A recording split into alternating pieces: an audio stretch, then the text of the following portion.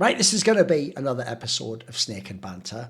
Our guest for this one, before I even say who it is, I'll actually give you a little preamble. This is actually, I've told the story many times, often as a proxy to talk to the guests and break the fourth wall, that Maui technically is one of the only men, you know, there's like one person ever escaped Alcatraz, was the legend or whatever. He's the only person to ever escape the Thorin social media filter because he actually flamed me on a burner account. And so because of that, I actually didn't find out till I'd already worked with him for a few years and already like befriended him and brought him to events and stuff, that he actually was rude about the play of Russell Westbrook when I flamed that player on Twitter in basketball about 9 years ago at this point in time or something. Maybe clearly more. the MVP 10 that years, season. 10 years ago at this point in time. Clearly obviously robbed that completely. Literally even James Harden was better that season. I hate James Harden. But anyway, the point is, Maui is one of the only people ever. But you know what? Get ready, because on this episode, there's not another person that escaped it. I've actually chosen willingly to allow someone to exit Thorin's purgatory. That's almost never happened in the history of esports. What happens is there's 3 stages to reality in esports, because I am esports, right? If you get to work with me, you get to be friends with me, I acknowledge you, that's heaven. That's the white light of nirvana, that's bliss. That's a state that if you exist in, you can forget time and space. You just want to be there forever. You want to feel that warm embrace of God's, my love. You just want to feel that, I've been acknowledged by the esports and so on. But if you ever do anything really bad to me, you're in hell forever. And in hell, I'm the demon that torments you. I have the pitchfork. I'm fucking heating up those hot coals for your balls. But if you're just mildly rude to me online, you go into purgatory. And what happens is you don't exist. And that is what tortures you, because in that state, you always wonder, did he even see the comments? Does he even know I exist? But even if I'd reply, I never even get a crumb of acknowledgement, attention. So basically, without going around a long thing, because actually I did see you message Richard Lewis about this a few years ago, and Richard, listen, what's funny is, this is where me and Richard are different, mate. Because if in real life you came up to Richard and said, listen, I actually was once rude to you online. I apologise for that. I was stupid. I was naive, but obviously I get that you're like a legend in the industry. I regret what I did. In real life, he'd be a very magnanimous person. He'd go, yeah. But whereas in real life, I'd be like, fuck off, mate. There's the exit. But online, actually, I'm going to do the bizarre reversal, which is actually, you know what? I actually saw, basically, AN1MO here, who is the head of content at TLDR. He is someone... Maybe he doesn't even know I know. Oh, don't worry, he flamed the fuck out of me. He was part of a little cadre of people who went hard as a motherfucker because they were all like teenagers. They had that one in front of the fucking age. And they all went hard as fuck on the internet. And they all thought they could be like a certain famous Twitter troll, who, by the way, you notice he didn't even keep it up, by the way. That guy's just gone. He just fucking peaced out, didn't he? He couldn't even be a legend as a Twitter troll, that guy. But whatever, you all tried to come in his wake and tried to do the banter meta. But what you didn't realise is the banter meta, one, and all those players, and two, it has to have some merit behind it. It can't just be like, you're shit and an artistic retard. Like, that's not banter. That's just like shit playground stuff. So basically, maybe you don't even know I know these things. And I see all. I am the eye of Sauron, motherfucker. So all I'm going to say is, I saw in the meantime, you've done some interesting stuff. Listen, you did also, I don't know if it was you who wrote it, but that newsletter also used to just flame me at the beginning and all, but it's all good. That might not have been you writing that one. You've got the anonymity on that one. The anonymity, whatever. I didn't see that one. That could have been someone else there. I don't know. Luckily, no one reads that, so who knows who wrote that one. Point is, it did happen in a forest somewhere. The tree did fall once. I was aware of it. But now, I think you've turned over a new leaf. I've seen enough now to allow you the first ever... All right, we'll make it parole for now. You're allowed parole. You have been granted parole, Red. You may now go back into society and work at that store where that guy sadly got the chair and wrote that thing on the top. You can go into society again now. You can be a productive... Are you ready, AN1MO, to become a productive member of esports society? I think I might be. I might just about be there. I've paid my dues. I actually did apologise to I saw in person. All right. No, did he accept it? I did it in person. Oh, did he accept it? Yeah. But the worst part was, right, and I don't know why I did this, but I went up to him. I was like, yeah, so I think you might actually know who I am, so this could be the worst thing I've ever done. I was like, AN1MO, and he goes, oh, with a 1. And I was like, oh, fuck. But yeah, you are right. In person, he's a lot more friendly, isn't he? He just is, yeah. He's a teddy bear if you get him on the right day, mate. He just is. People don't know that. It's just online. First of all, look, he says this stuff himself. So, first of all, sometimes he might actually just be hungover and fucking tweeting 3 hours after he's drinking whiskey or something, you know. So you never know what Rich Sluice you're going to get. By the way, it's not fucking my blog. I don't tell you the day I've had 3 hours sleep. I just unleash. I just go, right, well, let's pull up Twitter. Everyone's going to get it today. Sorry, it's fucking Daddy's mad today. So, those are the days, by the way, where I'm like, right, what have I been thinking recently about Fallen? Yeah, take this motherfucker. And Z-Woo, you can get it. I have a list. I have a little hit list of people, you know, I go down. It's all good. It's all good. Apparently, the worst thing is, I only found out recently, I was told by thousands of people, they must have seen it. Apparently, you wouldn't even believe this, Fallen's been fucking my mum the whole time. Holy shit. I just found out Brazilians told me he must have been fucking my mum. That's the only reason I'd say these comments that he's not the Czechoslovak stone cold goat IGL and Orpa. The fucking hell, Fallen. I wondered why you were so friendly to me at events. You'd secretly think you're my new dad. You're not my new dad. You'll never be my new dad. You're not my dad, Fallen. You were the daddy as an Orpa, I'll give you that. You were pretty good. You were pretty good back in the day. You had the skills. You're not. Also, you can't be my dad. I'm older than you. I don't know if you know how time works. This isn't Looper or something, mate. Like, how that works. Anyway, we're here in the episode now. Yeah, we're in the episode now. It's all good. Also, here's the thing. Here's why you also got probation, though.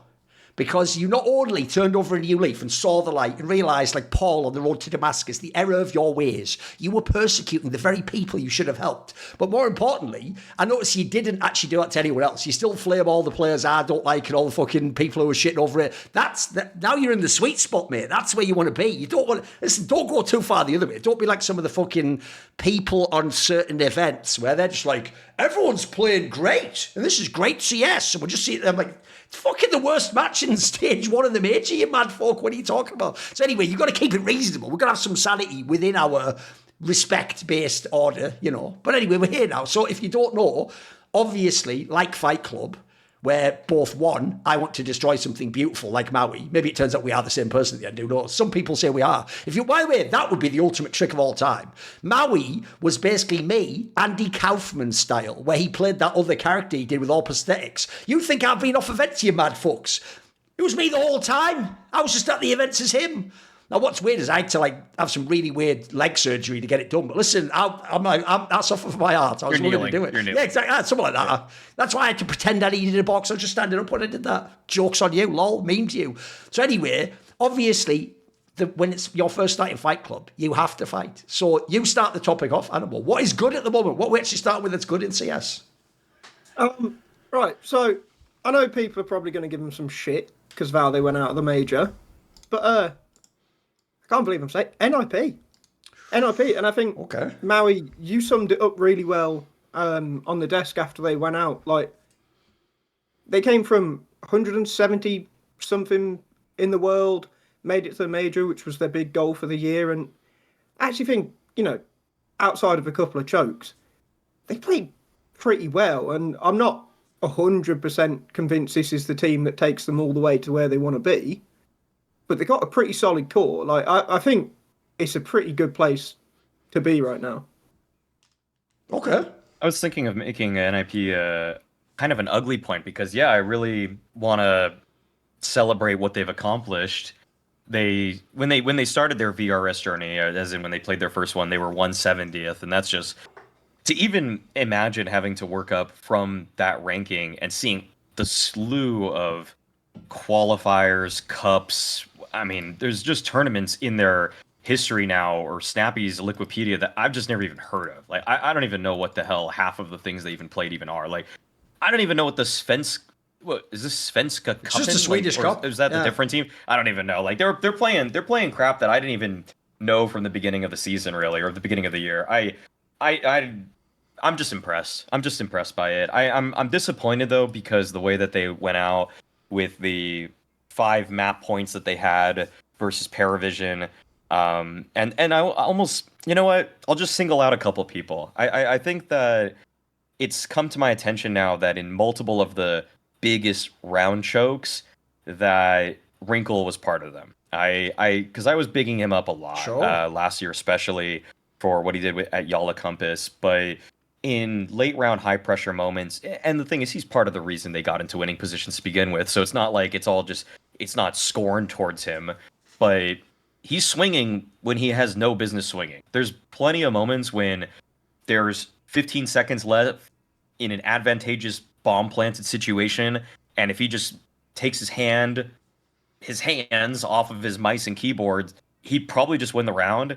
And he had multiple instances where he's just giving it up before the other team's even trying to get in the bomb site. You know, it's just those kinds of moments are where the inexperience really rings out. But that's why I feel like it's more ugly than bad, because these are things that you would expect the next time he would have done better. But that's why I bring it up, because I think there were two separate instances where he threw around that otherwise was unthrowable. I think FaZe Inferno, he had one, and then also versus Paravision on Dust 2, where he was in that situation where Jame got that 1v2 where he kills Snappy towards Ninja or Gandalf, and then Wrinkle swings like probably 2 seconds late and then just gets shot as well. So those moments are just now seared into my brain. But I am excited about the prospect of them in the future. I don't know what they would need to do, because I don't really see a single player where I'm like, oh, geez, that guy's really not holding up his end of the bargain. Even with Wrinkle's faults, I feel like, and the way that he came into the major, the form he had was pretty poor, but I'm not really complaining about the totality of what he showed at that event. I think he actually was one of the, via the eye test, other than those specific moments, one of the better oppers from stage 1 and stage 2. So I'd like to see them keep working through it. If they go for one more change, if there is like a ex-Kitspersky level prospect that they could find as a replacement for, I guess it would have to be you jerks, then so be it. I'm not opposed to the decision, but I'm overall positive on NIP and glad that it worked out for them in the way that it did. I'll echo what you said at the end there. Generally, I actually think, in theory, they don't need to do anything. They already could have gotten through this stage. Like, if people don't know, in the stage 1, they did beat FaZe. That was part of why FaZe sucked. Then in stage 2, once they won the 2 Bayo ones, they had 2 overtime losses to FaZe. Then they had 2 overtime losses to Paravision. Those are all winnable games. Like, you win one of those games, by the way, the whole conversation is, it's just good. We're not even talking about change of play. We're like, let's see how they do in stage 3. Maybe someone plays better. And by the way, that is all with, basically, it's only the 3D max sucked. That performance in stage 2 is with actually Kaspersky didn't frag out like he did in stage 1. Ujux was fairly ropey, and as you say, Wrinkles up and down. So I think, first of all, stage 1 was Kaspersky was like the best player in the group, basically. Stage 2 is actually like Snappy just called a masterclass, and Shush did everything you want from a fucking supportive element. He was top fragging games against the best teams. So I think you look at their squad, I know what you mean, Maui. I think it's, even though Ujux would be the obvious one to replace, I think it's also just kind of mean to do that as well. It's like, I think, for example, if you replace Ujux, just because it's the easiest to get a good rifler, I'm sorry, you are sort of in a way going, it's okay, Wrinkle, you can just take half the games off, mate. It's like, because Wrinkle's problem is this, I've always said this, eye test checks out like a motherfucker. So he's got like the impact AWPing you like, and he's not some pussy just standing taking off angles. His problem is he doesn't bring the production and the numbers. Like, he doesn't do the, like, I'm always 15 kills a game. He's not that guy. Unfortunately, he's way more streaky. In some senses, he's more like Woxic-esque in that regard. Like, you can't actually rely on him to get. So it means, as a result, they do need something from you jerks. Like, they do need it to contribute a little bit more. But even so, I'm with you. The margins were so thin on this one. And in fact, by the time they lost the 3D max, this is quite telling. Notice the vibe of the whole community then was like, wow, I'm actually shocked they just lost so massive. And in fact, most people didn't go, well, FaZe and Paravision are just better, so they should close you out. Actually, everyone was sort of like, what's going on in OT games? Like, yeah, there is something wrong here. And then lastly, another thing I think is very positive. By the way, how good do all those shows last year sound where I was the last snappy apologist in the motherfucking world, and everyone was telling me he must suck dick because of how Falcons plays, etc. And even though, and remember, he had none of his players. Like, the joke is his best player for most of the year was St. Pius, who at the moment is carried on G2. Like, that was his best player. And then Magisk, who's like, was all right maybe, and is still all right now, but isn't some top player. So I actually think the names made Snappy look worse. Here's the big calling card that shows me Snappy is back in CS2. The best map of NIP, it's just Nuke. If you don't know, Snappy's entire CSGO career is being really good on Nuke. The original Heroic with shitters like Juggy, that was the fucking Valde, that was the Nuke team. Then he had Optic, where it was that mishmash of like Cage and B and that was Nuke as well. Then he had Ents at the end of it. There's just something about this guy. It's actually why Maui would often point out, if you ever saw Falcons play Nuke, they were a fucking mess. That's how I knew something's off. Look, I can tell you more things now that he's long gone.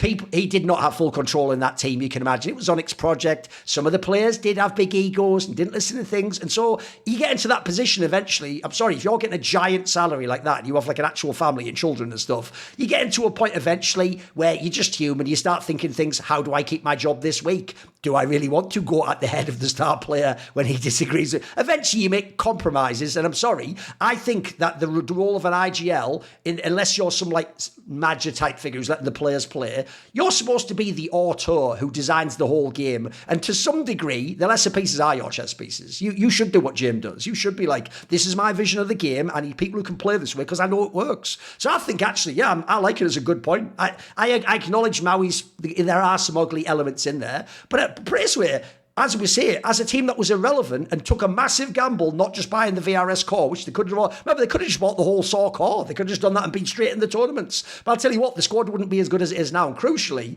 I also agree with the last thing Maui said. If you were to find one better rifler, by the way, they're out there, the PRs of the world. If you could put one better rifler in U-Jerk's spot, fuck all this, like they could, man, we could talk about can they make playoffs at a decent event? Like, can they fuck around and actually be like kind of legit? Because I do think the floor of this team's kind of good. I like it. It's a team I enjoy watching. It's not just some nostalgia of, remember Snap AN1MO, which at this point, sadly, that's like 2+ years ago now. It's actually, they're good now. They actually look like they can do it. And also, by the way, as shown, please tell me the CS community that tells me how dare you give up on Fallen. You give up on every IGL 1 year after they fucking do badly, and you tell me the age is why they suck. I've told people for the last 5 years, age is literally, it works the opposite way in CS. You scale. It's just if you can't shoot people in the game that you have to quit the game. Like I still think to this day, this isn't a point on this show, I think it's wild that Glaive just has to go see, I'm a coach now, I guess. It's like, mate, it's not like he couldn't shoot people in the game. It's just people apparently don't believe in his vision. So, no, I love it. I like the hit point. Good one. Maui? Yeah, I could take my good point here. This is kind of a brief one, but one that has provided the major with a lot of energy and something that I feel like there might have been something before or some tournaments before that ran this, but in my career, Rio was the first. And I'm still a fan of this aspect of what the Star Ladder Budapest Major is doing, that I think it brings a lot to have an in-person crowd from the first day. Okay. I feel like this is just I mean, I'd be curious to even hear from a devil's advocate side of things, what is the negative regarding this? It just seems like a total positive in terms of just bringing more energy, adding more pressure. I feel like in person, the experience is great because immediately from out the gate, it's not just some studio environment where everybody's in their rooms or just like, it doesn't feel like there's nearly as much pressure when they can't really see anything other than another wall essentially. But when they look out, there's 500 people or so that are in the crowd, especially during FaZe games, Navi games, like any of the bigger orgs that have been participating have drawn pretty sizable crowds. So I think that Star Ladder probably did a handful of things that I would have done differently or hopefully would have improved on.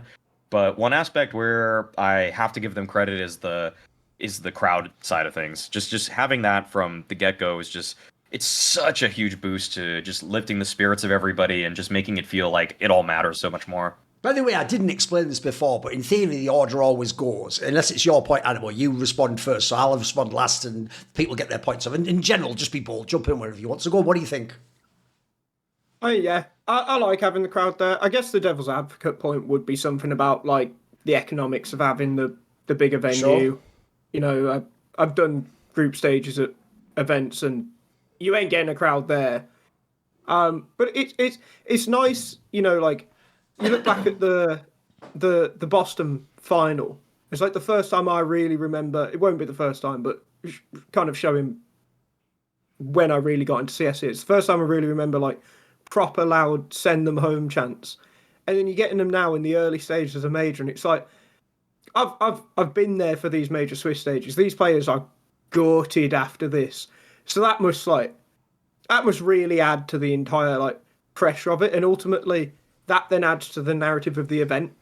And CS kind of is, CS is obviously really good, but it kind of is nothing without narrative. Sure. So just having crowds there that adds to narrative is, yeah, it's just a good thing, isn't it? Like, I don't really see a negative that can be enough of a devil's advocate to outweigh it, honestly. The devil's advocate would have to be a harsh one on this one, Maui. It'd have to be something like, if every event isn't like this, it's just the major. But if every event had crowd for even the group stage, it might take people longer to like acclimate to LAN, etc. You put them in the studio environment. That's why ESL Pro League is most famously the group stage of that is mental, because it's in like a fucking broom closet with an ESL admin peeking through the keyhole, like, and then people go, I'm in the playoffs, and then shut the fuck up. I've had more people in bed, as I always say. So fucking hell, that's outrageous.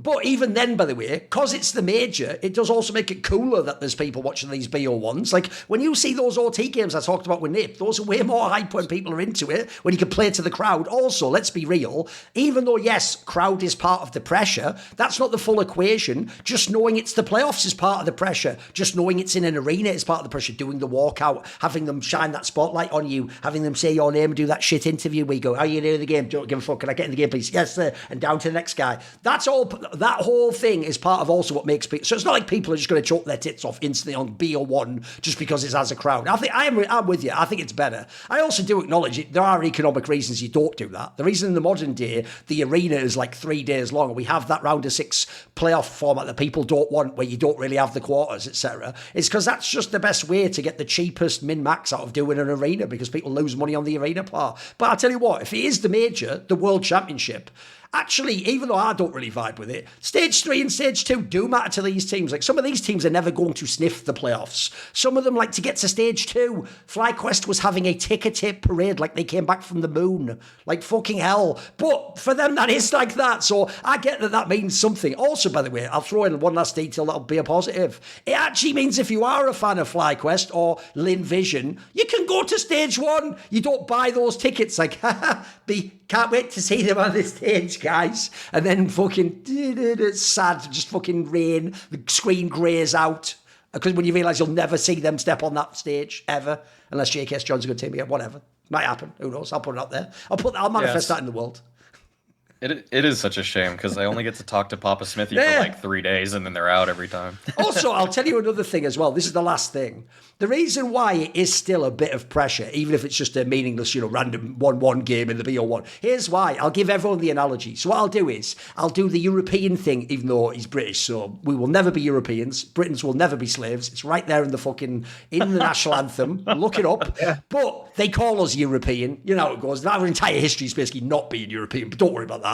Yeah, so it is just wrong. I'll pretend we're just Europeans, because to Americans we are Europeans, sadly. By the way, we are you, you dumb motherfuckers. You just came out of us. You're just part of our lineage. You're the bastard children of us. So anyway, I tell people I tell people I've lived in Europe for 2 years, but then I specify London. Exactly. No, you were on Airstrip 1. You were just outside of Europe. Anyway, I'll do the version for Maui where I do his bloody sports ball. So Maui, if you were ever to go down to the Y and play pick-up ball with your homies, well, imagine... I swear I pretended I don't know about any of that shit. I've literally done that. I used to been a mad basketball fan for many years. I actually don't know what you just said. Basically, go to the gym and play basketball with people in an equivalent of like a face it pog with randoms. Right, so if he was to go and do that, but then while he was playing, his girlfriend walked in, or if AN1MO here was playing five-a-side football and either his girlfriend or his dad was watching,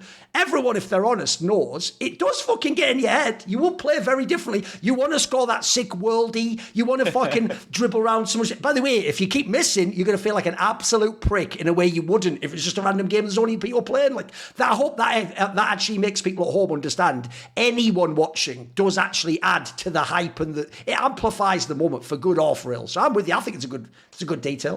That's pretty good. But here's the thing, Maui, in terms of amplifying things, Yeah, of course. I have something else that's obviously very good. I have something else that this message is sponsored by Raycon.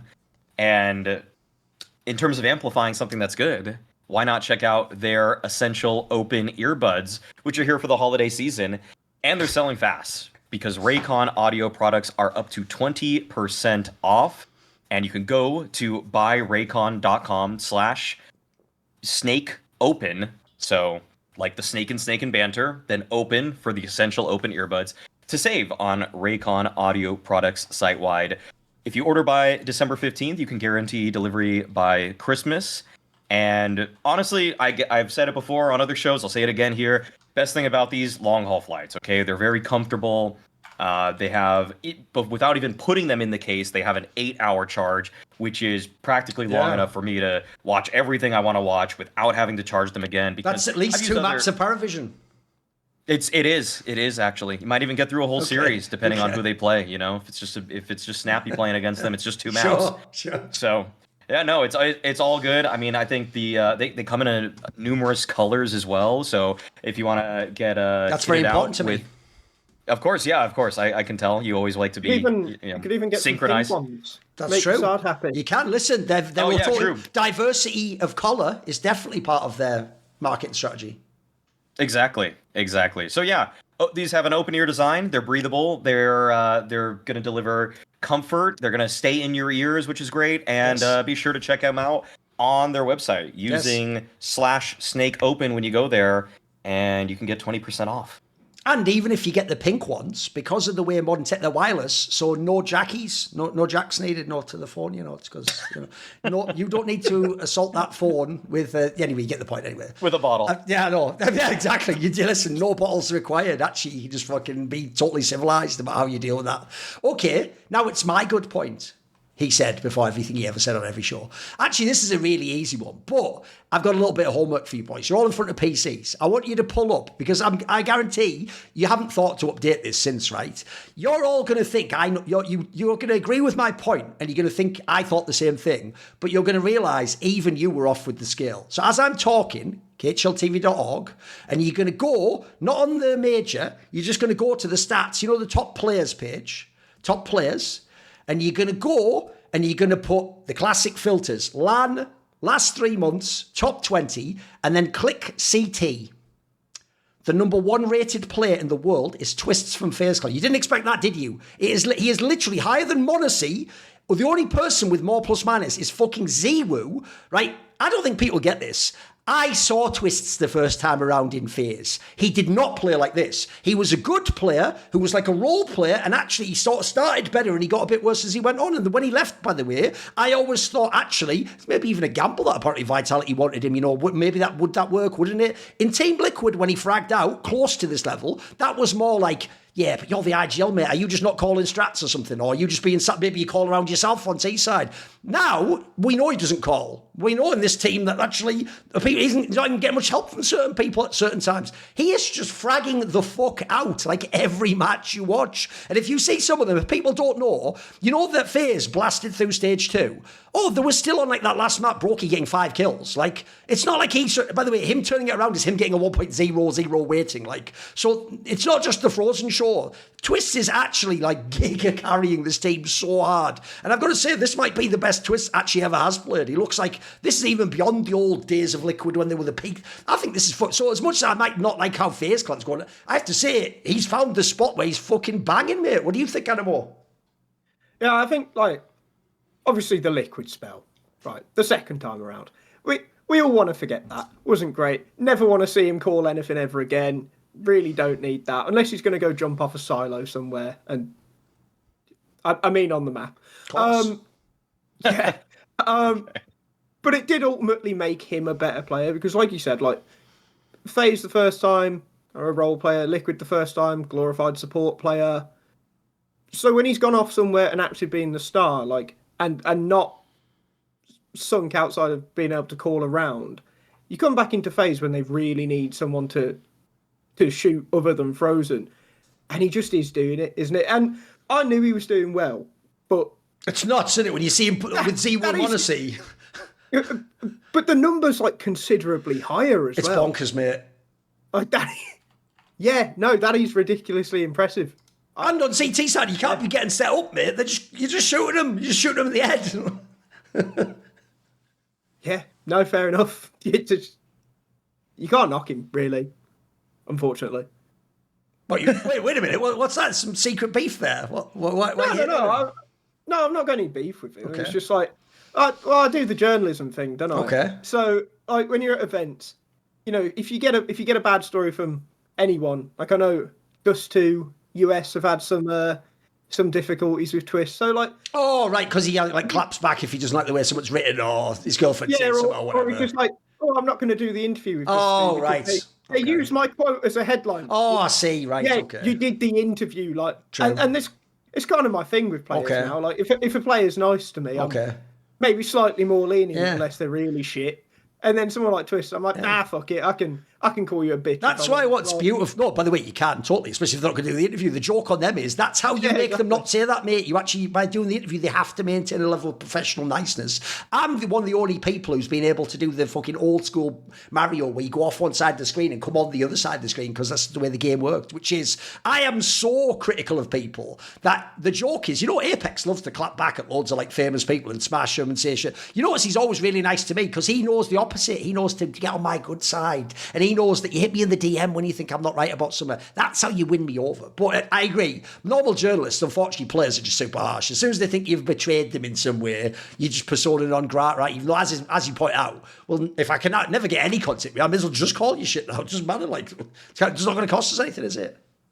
Yeah, it's my same thing with most players that were in that Liquid team. I mean, we just found out today that the most viewed episode of our podcast is the one where I just called Elijah dickhead and just used that for the title. Okay. So like, Okay.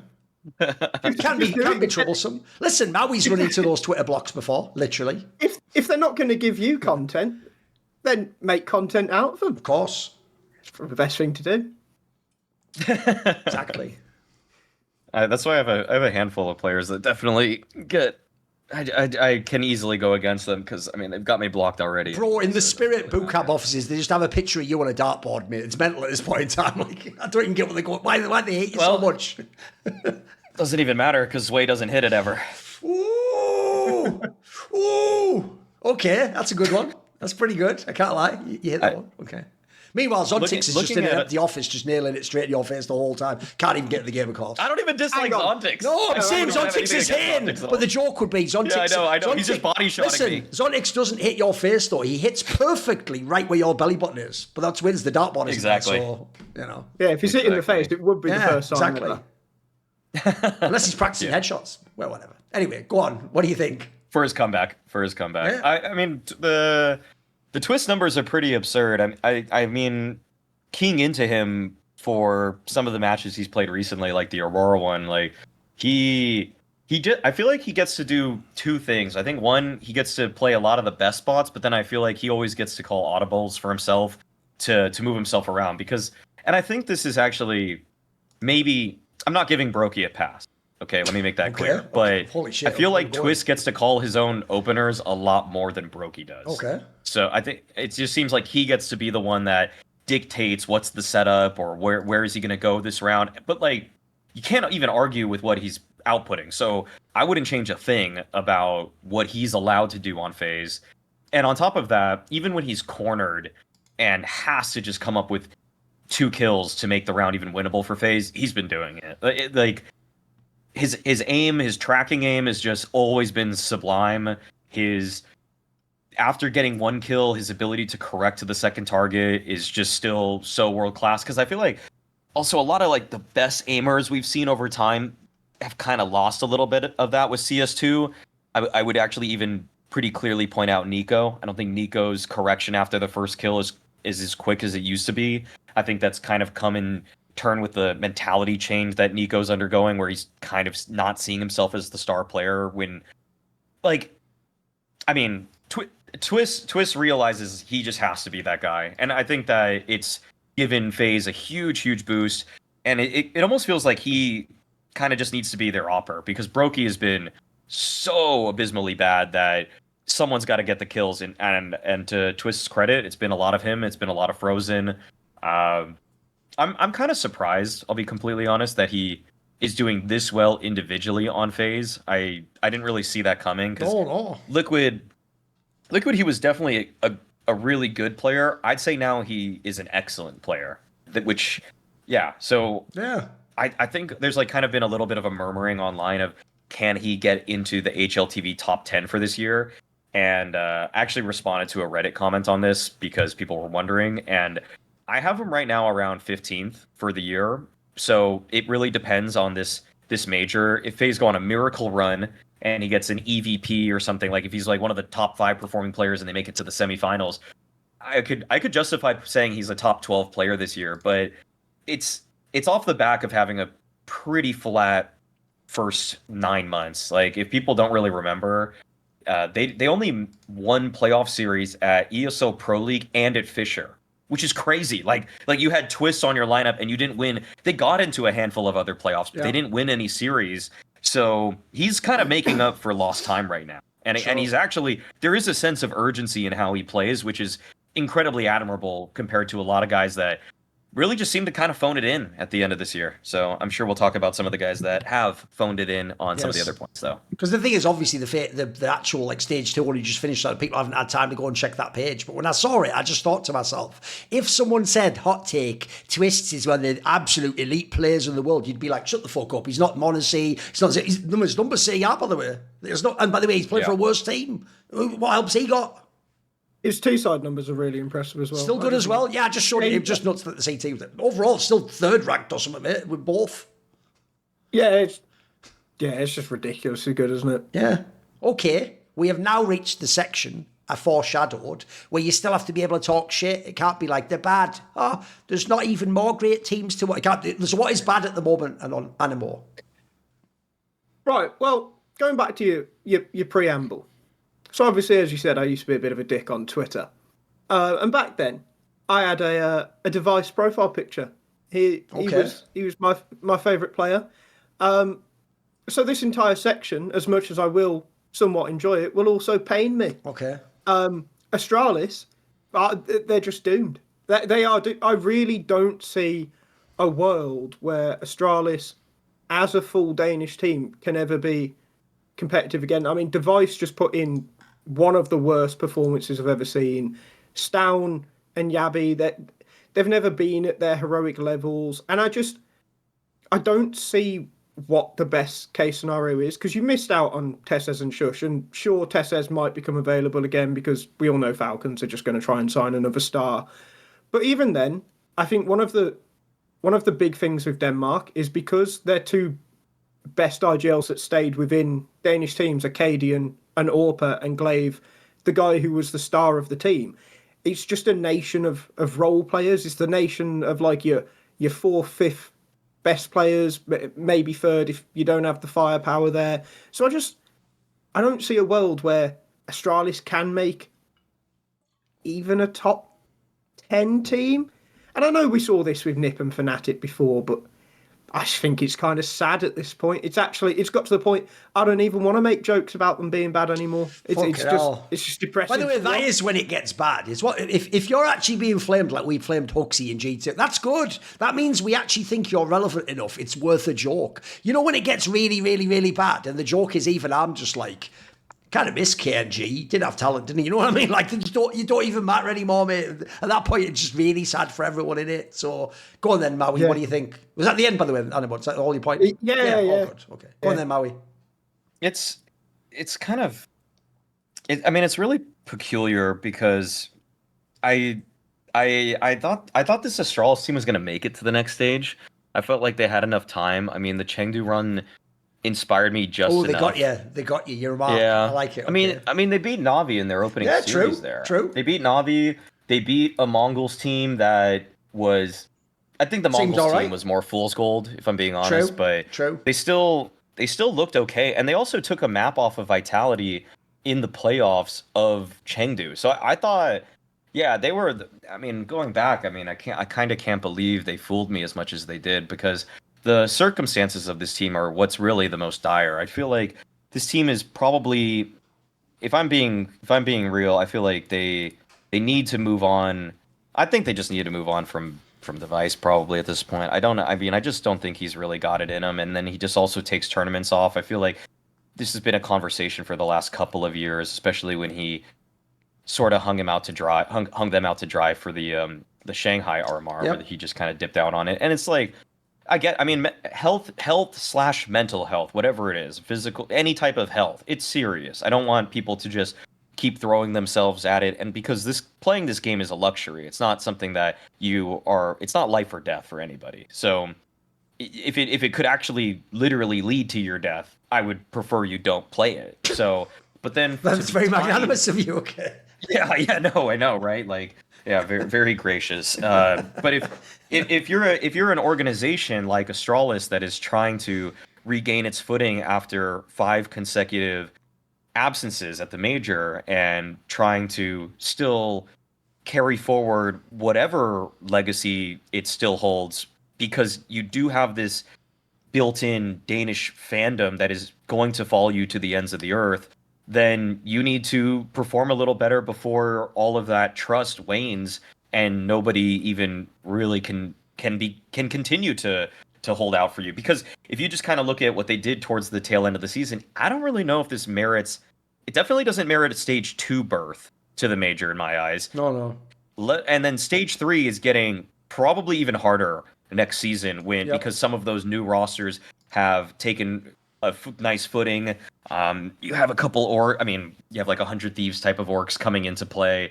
It's going to be difficult to maintain this with what they've got. I feel like they're sort of hard stuck to be this 15th best team in the world to 20th best team in the world unless they go international. I wouldn't mind seeing them take a risk there, because as Fury has proven, as long as you maintain the core identity of being Brazilian, your Brazilian fans will still follow you. And I kind of have a feeling that Denmark would do something similar. I don't think that they really needed to be just the 5-man lineup, because winning absolves you of really, I don't know if I want to say betraying, but it does. I mean, that is what you're doing, betraying nationality. Well, by the way, sorry, go on. Yeah, I just think that their final thought is just Hooksy's a good piece. I would keep him. I don't even think I can really blame Magisk for what he's done on this roster for the last month or two, and what he showed me at the tail end of Falcons. As long as he's hungry, like what I would actually side point give Magisk a 1-year contract. Like he can't be too cushy. Like that's my honest take about him, because I felt like once he was too cushy on Falcons, he just started kind of bumming it out. But as soon as he realized he was on the way out, he started performing like he should be again. So clearly there's like a money motivational factor for him that does play into how good he is, because I think he was really good at this major. I thought actually Magisk was probably one of my favorite players to watch for Astralis this major. He was consistently overperforming from difficult positions. And I think Hooksy has a good mind for it. Stare, we know, is like quite solid. I feel like he hasn't really made the leap to be like, he's not contesting to be an all-star or a superstar, but he is supposed to be their star. And I'll actually go as far to say that if I don't know where you would really slot Stown in, but they were looking better with him. Like the beginning of the season was shaping up nicely at Astana and Fisher with Stown. Like they got 2 consecutive top 2s. That's kind of better than I've seen since then. But I think you might want to get a different opper, and I think if Yabi, there's no turnaround in sight for him, then maybe swap him for Stown, and then you just bring in some international opper. They need a shot in the arm. What if you slot Stown in as the AWPer? He can technically secondary AWP. He did used to do it on the AWP, true. I'm not sure it's good, but it gets him back on the team and gets Device out of it, because there's no other good Danish AWPers. There have always been glimpses of Stown looking like an incredibly competent opper. And if Stown actually even wants to just go the Zywoo route, where he only opts on the rounds that he feels like it, instead of being a primary that is always wielding it, I mean, I might be down for that. I really think it might be. I think it might be a viable option. I just hate the idea of tying yourself to a player that is in and out of the team, and you just really don't know if he can hold on. All right, first of all, on the whole, I'll address it in reverse order. On the whole, like, if you go international and you win, they'll forgive you. Remember, you can just do what they did and keep 3 Danish players, and you still get the Danish flag. And I can tell you, as someone who is English, absolutely, you could argue, actually, most social change came as a result of, like, football teams just bringing in foreigners and having players who didn't look traditionally English. By the way, if the team gets really good, people instantly stop giving a shit about that stuff and just go, wait a minute, I've got a chance to actually watch, like, a team that can win the Champions League or can win the World Cup. They forget about that shit real quick. So again, as much as they'd all still be going, we are red, we are right, we are Danish dynamite. Yeah, they'd be doing all that, but then they'd also be like fucking loving if you had I'll give you a random example. If they had like Kaspersky or something, they'd be fucking loving a player like that if they had some good player. Or if they got, if you want an AWPer, just go and get one of those Eastern European AWPers. You get one of those. If you got your own Molodoi, they wouldn't forget Device because he is Mr. Astralis, but they'd go, wow, it's the next Device. They do all that shit. I'll even address that Stown thing. You know what? I'll go one step further, which is if you actually think of the type of player Device was as a rifler, you could even argue if Stown really wants to be an AWPer, maybe he could become it. I could imagine being that, like, by the numbers, you just play the spots, you do the off angle, you fucking comm properly, you play a tiny bit passive, but you do the AWP line, etc. You could even maybe argue he would be suited for that. Then finally, he's even already got the Device choking part down from the first part of his career, and sometimes he's ill and depressed. So far, he's doing a brilliant Device tribute act. So whatever.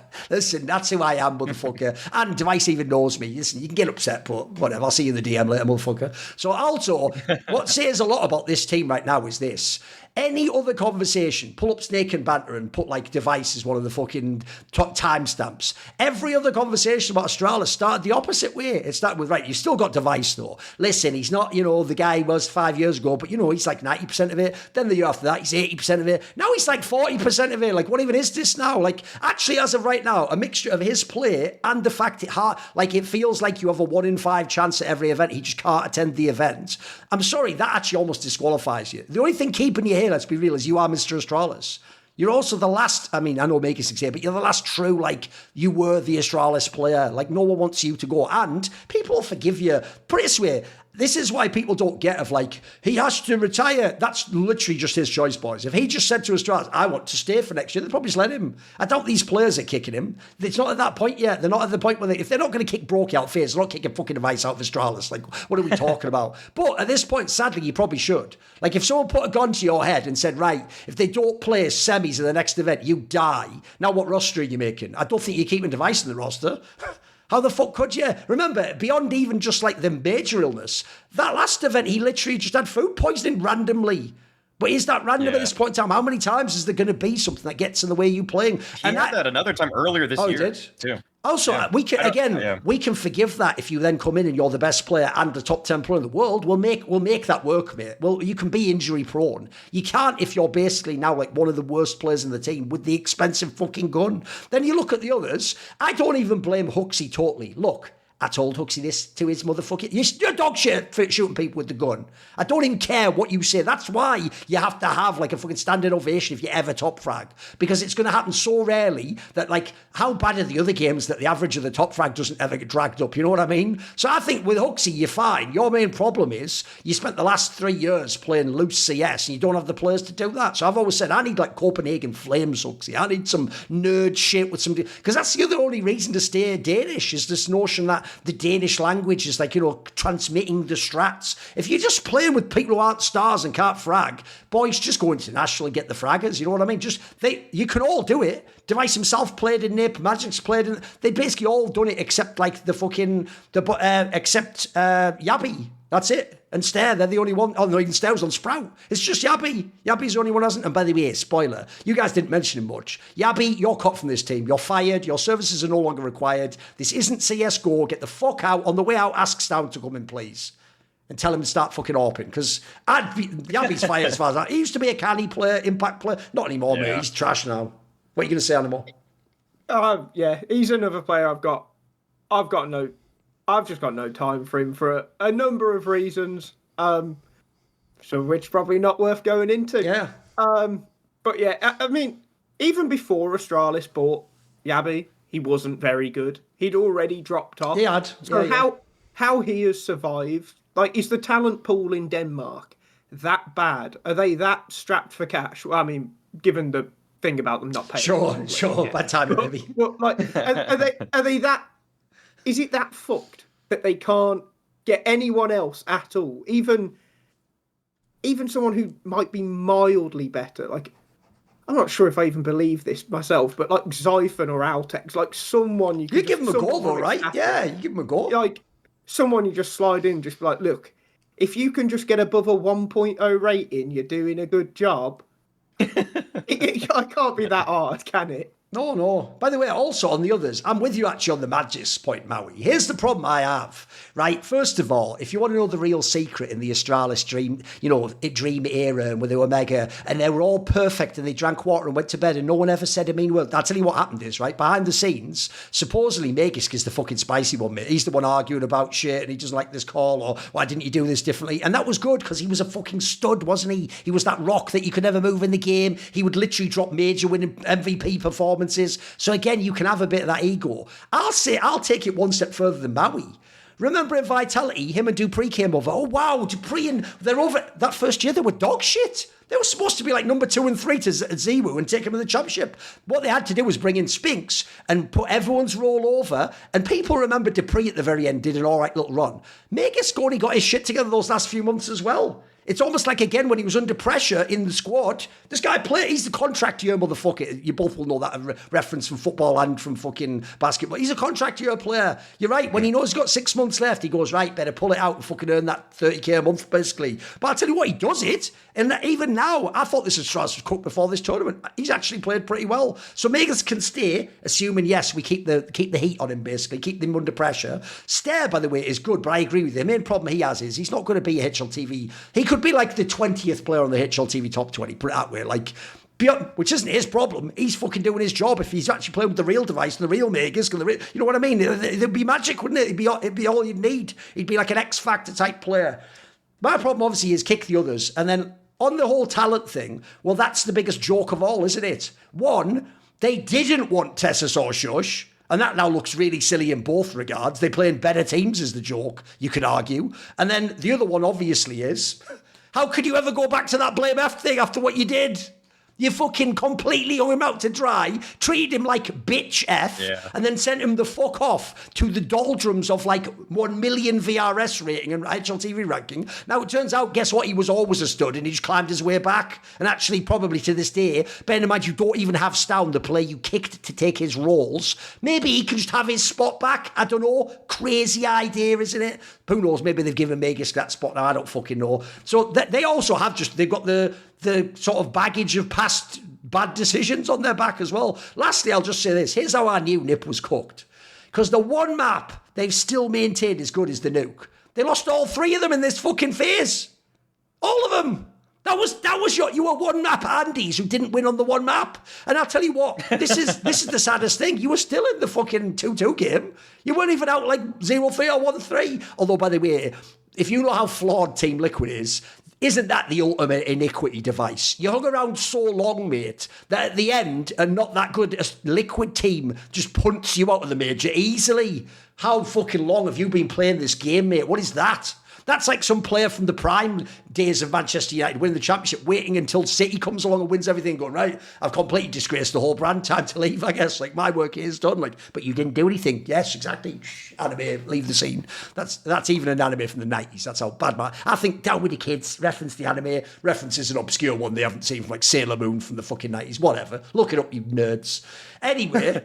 Okay, one thing I would jump in though about this team. I do differ lightly. I feel like I wouldn't. Come at me. I would actually hold out for Yabby a little bit longer. I know that might be.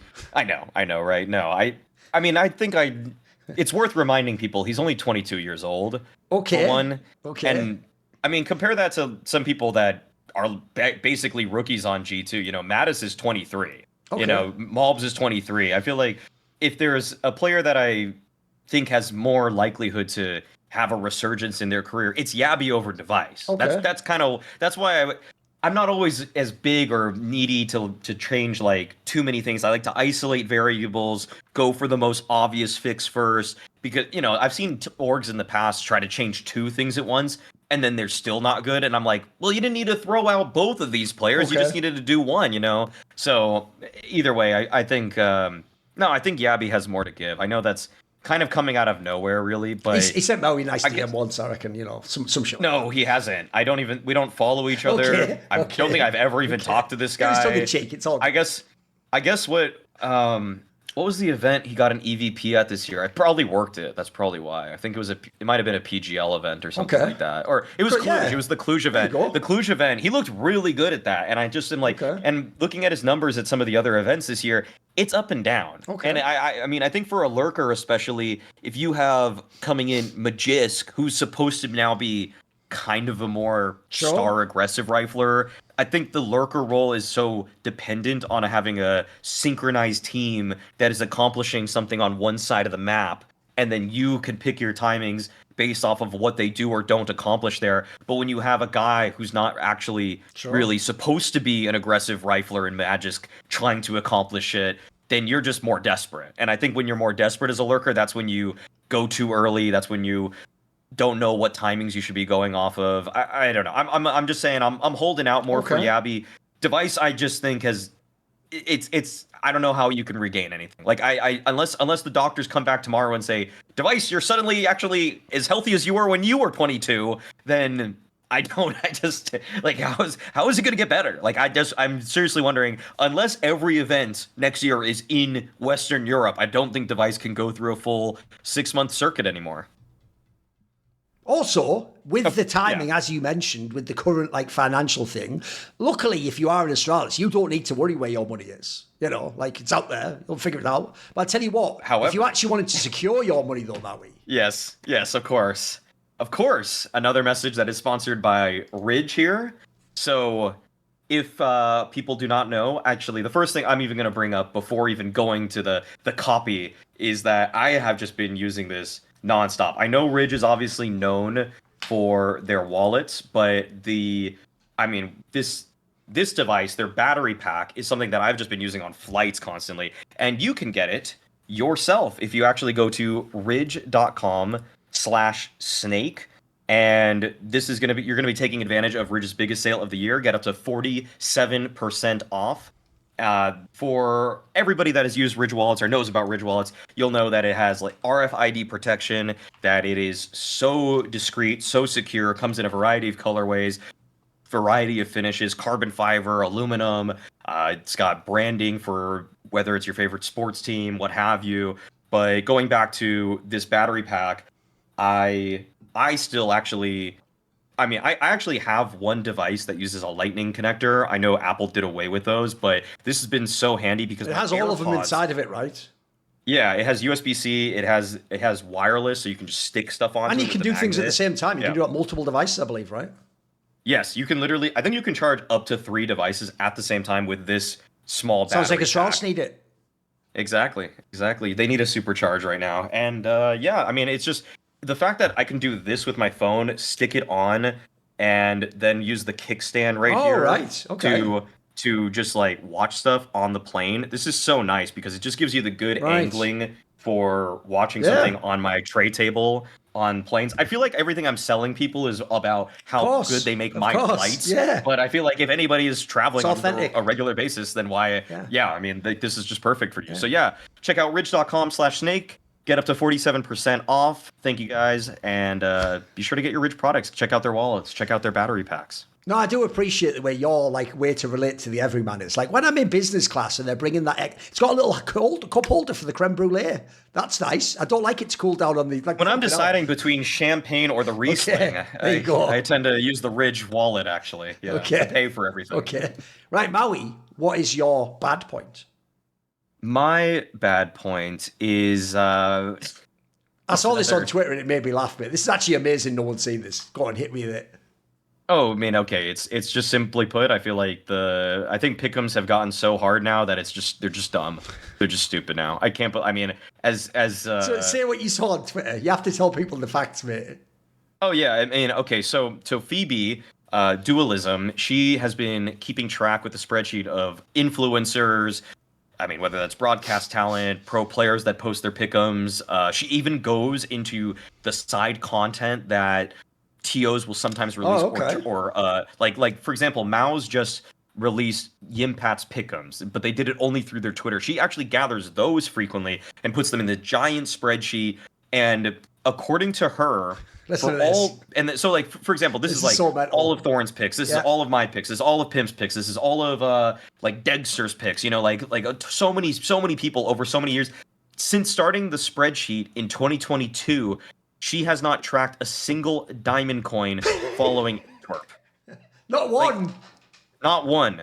Not one It's person has impossible, gotten boys. diamond. It's impossible. I mean, think of last time. Like, think of the last major. Also, the only guy that was still in the running for it by stage 3 was Ash, and I think he failed in stage 3 for the pick'ems. And I feel like the old pick'ems actually were the right balance of, you could kind of come up with a meta game for it, but also if you want to play like I did, I played like the 9 out of 9 movement because I just thought it was just more gangster. fun to do it like that. Yeah. You know, you could still win like that. Like I would usually get 5 if I'm going for 9 because whatever, like it's just one pick, who really cares? But now it's like, man, if you mess up your 3-0s and 0-3s, which is so easy to do in a BO1 format, it just dies so fast because then you only have 6 remaining picks, and usually those are going to cannibalize each other because then the people that you put in the 3-1, 3-2 oftentimes are the ones that are going to be 3-0. Yes. And so it's so easy to lose it now that whereas before, I think when it was Paris or whatever, or Antwerp, I guess, I don't know, it was more fun. It just simply, I think it was more fun back then because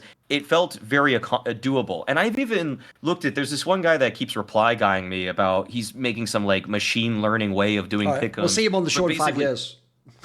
Yeah, sure. And he's coming up with the stats for if you put all practically the bookmakers' favorites for all the 3-0s. No, there's basically like only objective results based placements of them. Then you only have to pass the stage like 30.6% of passing most of the stages anyways. So imagine going through 3 stages with about 31% chance.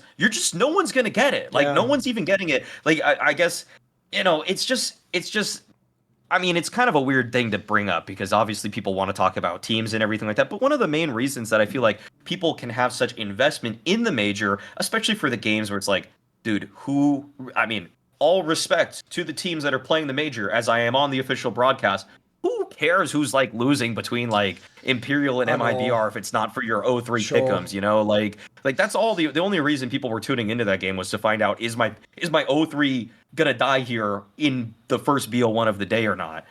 So I just think that pick'ems, I think they need to rework it in some way. If I were Valve, I might even go, because I think one aspect that I've heard before is kind of like, why don't I get a bonus if I get more than 5 correct on other stages? And I feel like that might be the happy medium. You can have a little bank, basically.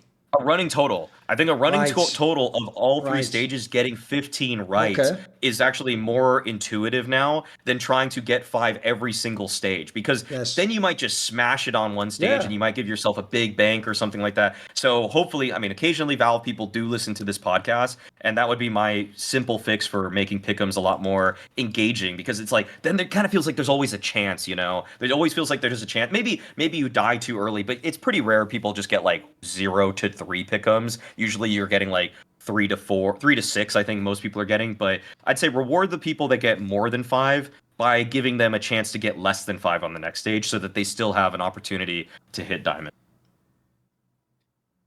Yeah, pick'ems just aren't. They're just not fun anymore, are they? I mean, I had fun with Austin, and actually I saw this tweet as well, and I was quite annoyed by it, because I think Austin was 0.1% people got diamond, or 0.01, something absolutely insane. Like, no one got it.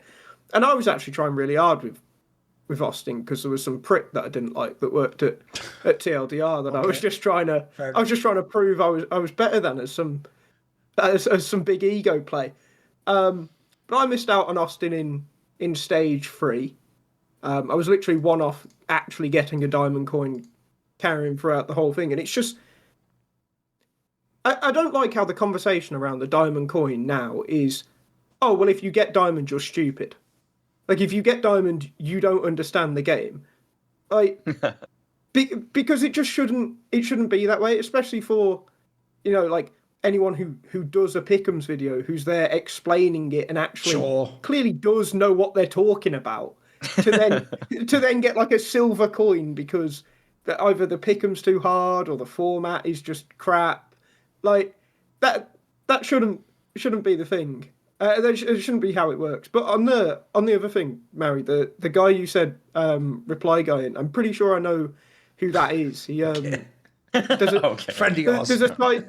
No, actually, no, we're not friends. I know who he is though. Okay. Or I'm assuming. I actually read his article about what he's doing. Okay. I don't know Yeah. if you read it. It's actually like I skimmed it. I just skimmed it. It's kind of Yeah. interesting. He's like putting like 6 months of teams' data Fucking against hell. each other into a simulator, Okay. all their head-to-heads, running that to get like their percentages, and then running another simulator 20,000 times Fucking hell. to see who comes out most likely. And I'm pretty sure Yeah. like for stage 2 or stage 1, I looked at it, the most likely one had something like a 36% chance, and you wouldn't have got through that stage Right. off it. So even his it's like- simulator couldn't have done it, right? Yeah. Right. It's just how fucked it all is. Like, Fucking hell. All right, I'll pick up there. First of all, I do agree. This is where also CS is one of the biggest cocksucker fucking esports of all time. Because wait a minute, the same fans who every year said to Pimp or me or Launders, if we don't get the coin, it proves we don't know CS. But now that you can't get the coin, getting the coin proves you don't know CS. It's almost like you're reverse engineering this fucking opinion. It's not actually a real principle, is it? So first of all, that sucks. And I know what you mean, though, because essentially what they actually mean is you can't use any actual logic or strategy to get the coin now. I'll actually use a very valid example that happened back in the day in League of Legends, which is in League of Legends, when they have their World Championship, Riot does a pick'em, but theirs is even more mental. Are you ready? You have to get every result right in the whole tournament, in the group stage, etc. So what happened was this one year, 2016, it was impossible, and here's why. Because you have to understand, in League of Legends, Europe doesn't even contain Russia. Russia has its own league called the LCL, and it's a minor region, and none of the players are any good. They sent a team from there that was a little playing team that got in the main event, and in the main event, in the BO1, they beat the best team in the world, a Korean team. So spoiler, no human ever would put that. So the joke is, they ran the numbers, think about how many millions of people would do a Riot pick'em, and one guy had actually predicted this all correctly. And do you know what they had? They interviewed him, and he just said, "Oh yeah, sorry, I did that when I was drunk." That's what the pick'ems are now in CS. Like I'll give you an example. How could you ever, because by the way, if you go look at the teams they played some bombs the whole way through. How could you ever predict Imperial would get through these stages? They had to play like Chinese teams. You would never do it. It's impossible. I don't think, the joke is, I'm not even sure beyond like if publicly they have to do it to be like, I think if you ask privately Imperial, are you going to be in stage 1? They'd be like, don't know about that, mate. We're getting our shit pushed in practice and we play like 4 maps or something, you know, like, I don't even think they would say it. So I think it's impossible. I also think as well, this is where people don't realise there's 2 key factors that are ruining it. One is that the BO1s, 2 of them are played on one day. Mate, it's so hard to win a BO1 anyway in terms of like you can get upset. So you're playing an opponent you don't even know, like 1 hour later, get in the game. Like, what are you talking? You are priming us for upsets. And the other one is, as Maui said, how many times is your pick 'em alive and then they draw that 2-2 game and you're like, well, 2 of them will play each other. And then the last thing, as Maui pointed out, it's worse than people realise with the meta. It's not just that you can't pick what would have been the 3-0 team to go 3-1 and then they get through either way. Now, like you say, it takes a spot away. If you fuck up the 3-0, you fucked up 2 spots because the 3-0 team very likely goes through 3-1, 3-2. You now fucked up 2 of your, 10 spots. You're now down to 8 already, and now if you get the 2-0-3s off, you're down to 6. And that's if you get 1-3-0, by the way. So then you have to pray for no 2-2 draw. I actually think it's too hard. Like I've even thought up a potential compromise. It has to be something like you say. Either there has to just be a clause that if your 3-0 team goes through 3-1, maybe you get half a point or something. You know what I mean? Maybe you get both. You get 1 total. Maybe that works. Or maybe you do something like, instead of that massive group, maybe you make it harder but easier at the same time. Maybe you do all of them. Maybe you get like quarter of a point for saying team goes 1-3. And then but then you also have to get the 3-1 instead of the 3-2. You can maybe you know what, my point here is I'm spitballing here, but you could come up with some other system. But here's what you need to do, Valve. please do this. No one does it. No one does it with with fucking VRS, with seeding, with formats. Just try run it. You don't have to actually run a year of the tournament to find out it fucking sucks. Just try run it. Get that nerd motherfucker who's running 20,000 simulations. Tell him run it. I'll give you an example where I actually did what I'm talking about. When we designed Flashpoint, we had that really complicated group system where you pick each other into a group, but then after the first group, that's just seeding for another group. It goes like 2 groups or something into like a playoffs, right? We hired a literal PhD stats nerd to do that, to run like 1 million simulations and then come and tell us what are the edge cases, where does it fuck up, what can players do that'll actually ruin the system or make it worse, and in doing so we could change the rules. Then we could make it like you could only pick this, we had like a way of, they never do that with this. So what I want to know is this: surely the whole point of the pick'ems is even a casual has an outside shot at getting it on one stage or two, and it keeps it fun, doesn't it? It's why people like to gamble. You want something else to be at stake than just, is Nip going to win this game in OT? The problem now is, like, as we say, there's not even some hyper genius Kwisatz Haderach who's getting these fucking pick'ems. Nobody can. And by the way, it can't be that every single expert knows nothing about CS. Every one of them. Not a single one's ever got even the... Remember, the joke is, you all tell me Dupree has to be on the desk. Show me Dupree's pick'em, motherfucker. Let me see his pick'em. Did he get 10? I don't even know if he got through, but I'll tell you what, I doubt just because he's Dupree, he got fucking 5, and he had Imperial going through and Paravision, and then he went, of course, I'm not going to take Nip. Like, give me a break. Of course not. I will say, though, and he is a very, very good analyst, but did you see Pimp's pick'ems for this stage? Pimp is his own entity. Listen, that he got one is so funny. Mental. Listen, what did he have? What was the worst one? It was like Liquid. I can't remember who. I think he laid Liquid 3-0. Oh, Yeah. Liquid 3-0. Paravision were 0-3. Yeah, he's doubling, he's tripling down on Paravision. Okay. He does not think they're going to make it even now. Okay. No, I don't either, but they just keep proving me wrong. Okay, so I have Pimps. He put 0-3 Paravision and Imperial. Sure, the Imperial one's That's kind a of legit fair. one. That's legit. For 3-0, he put Aurora and Liquid. I mean, Aurora's fair, Aurora's but Liquid, fine. I did not see that one. But 3-1, 3-2, he put Astralis, NIP, 3D Max, Tyloo, Navi, and FaZe. I mean... He did hit, what? How many of the teams to make it through? He got FaZe. He got... FaZe, Navi, 3D Max. The Liquid Paravision and Liquid. That got me. Like, the Liquid and Paravision. But the fact that he got so 1 is just the funniest thing ever. The fact that he got 1 out of 10 Pimp is just a special character, boys. He's just a very, very special individual. Now, speaking of people who are very special, but not maybe in that amazing way where, they could just remember a massive mathematical equation off a blackboard, or they can tell you what actual day of the week it was when you were born just by you telling them the year and the date. Speaking of a different type of special, I'm just going to go straight out on this one. I've hinted at it elsewhere. I did a video where I addressed the team. I'm sorry, bad, B-A-D, not Michael Jackson bad either. Although there was another sense he was fucking up kids' futures, but so I guess that sense Michael Jackson bad. How about Madja from Aurora? Bro, you are just fucking bad, homie. You know what's funny? This isn't even a beef that started with me thinking you're actually really bad. I just thought you were always overrated because people forget, where's your experience in CSGO? It's from Space Soldiers. Mate, Space Soldiers, it's a bit like... I know JL.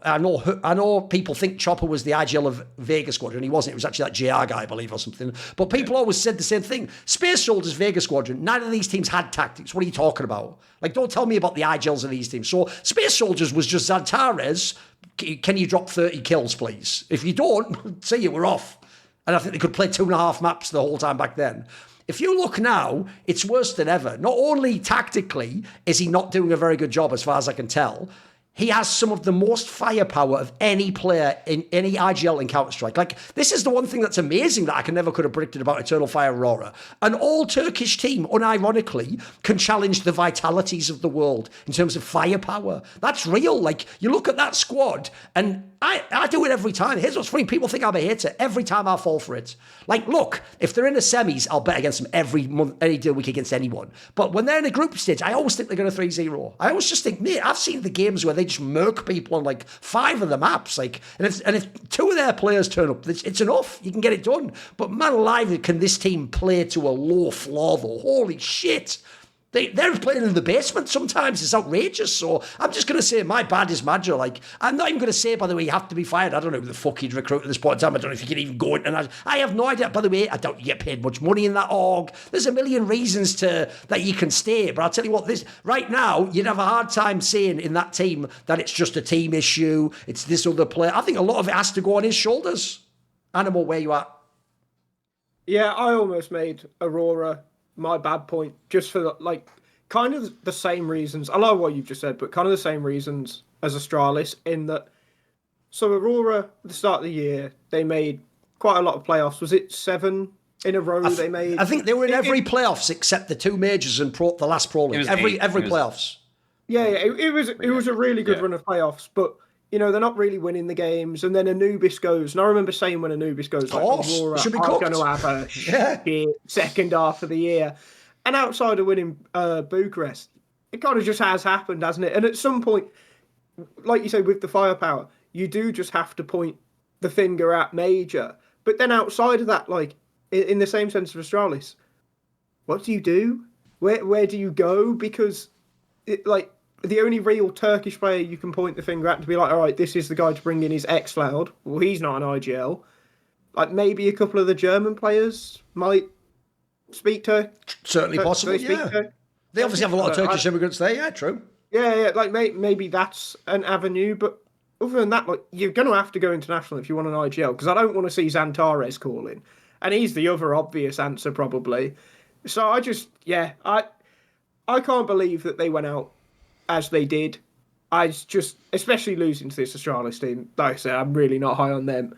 So it just sums up the year, doesn't it? When it matters, they just don't, or at least Major just doesn't turn up. And I think a couple of the players had some quiet games. Like even their opener, they only really won because Cardia dropped a 2-point whatever rating. So it's just, I think with this team, like honestly, I used to really like them. I used to think they were fun. You know, they had players that did a couple of flashy things. They're just the same thing as Astralis, aren't they? They're just an eternal disappointment. Yeah, I mean the Greeks referred to the first necessary evil as marriage, and unfortunately, Aurora is married to Major. There's just simply no way to get rid of him. It is obvious that against the litany of excellent IGLs that are amongst the other top 10 teams, he is the weakest. But before him, Eternal Fire was nothing. They were completely irrelevant. He clearly is doing something on the out of server side to give them stability, and for what he brings tactically. I couldn't believe he's a captain. That seems plausible, yeah. Exactly. He's a great captain, but he's quite subpar as a tactician.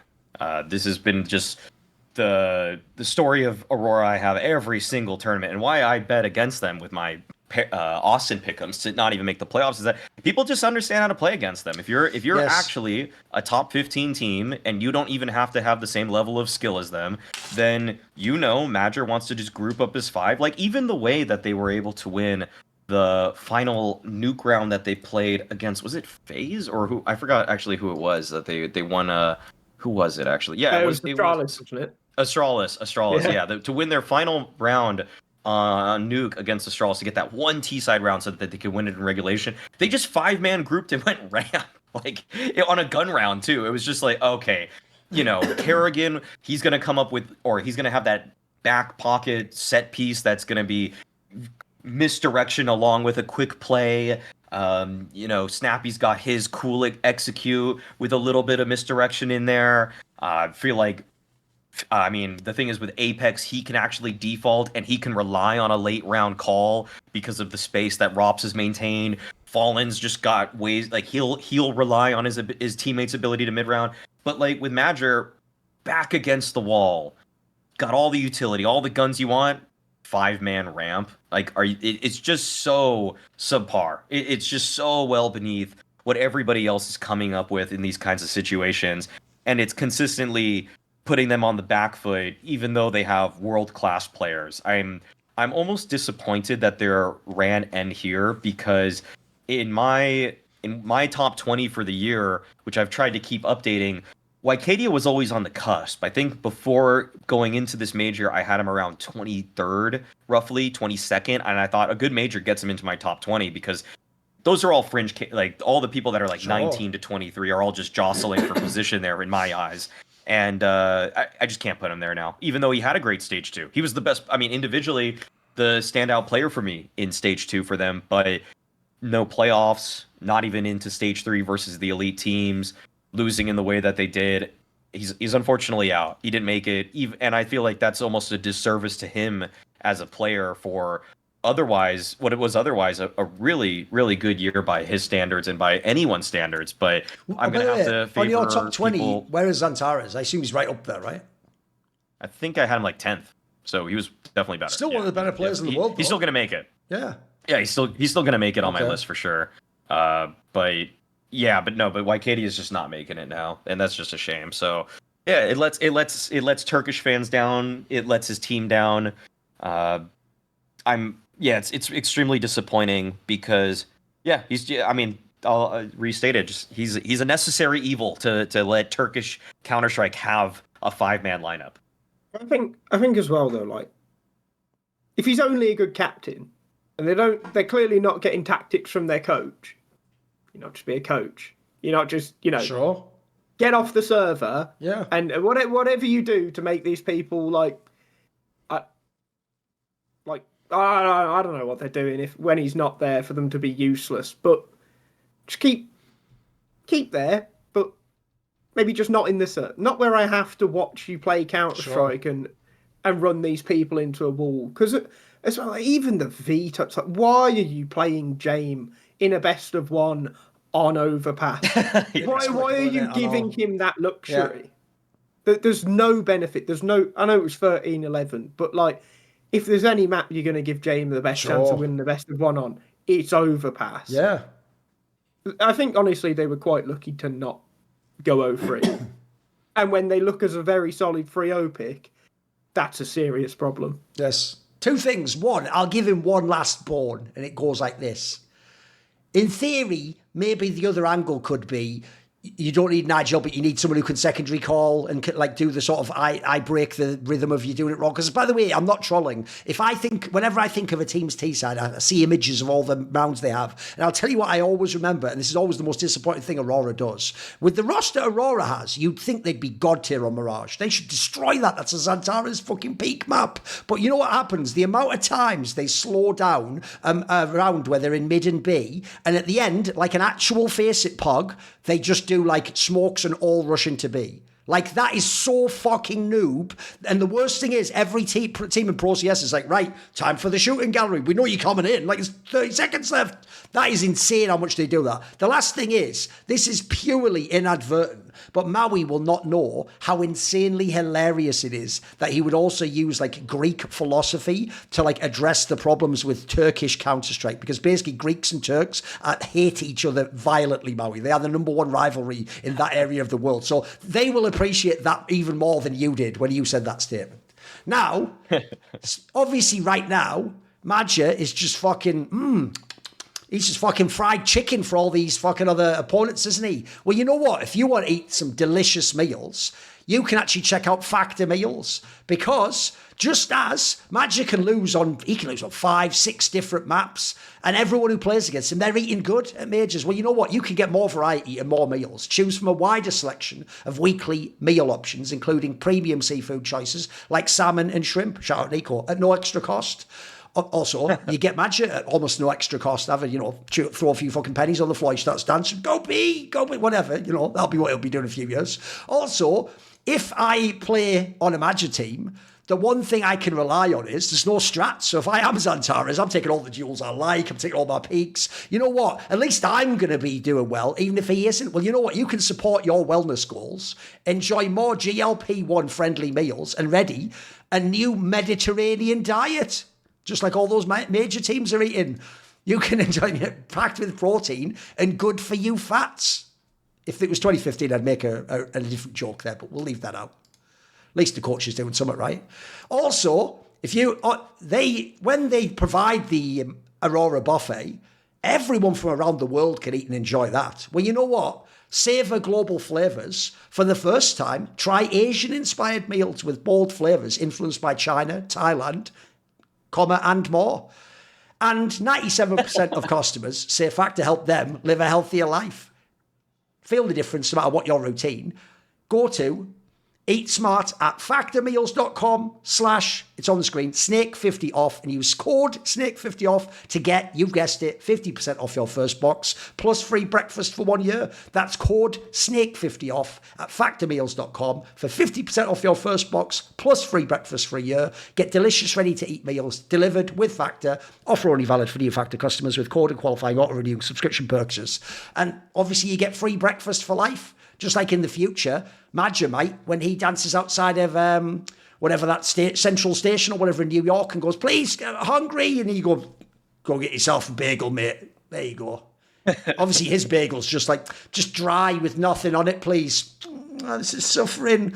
He doesn't have any fucking delicious lox or fucking cheeses or something. He's got fuck all there, mate. Anyway, speaking of... It's like $20 nowadays. Yeah, actually, if anything, I'm wilding with that suggestion, Anna. Right, okay. Let's now go to the ugly section. That's right. You don't even get to be ugly, Aurora. You're just fucking bad, son. So what is actually ugly at the moment, AN1MO? Listen, I know everyone.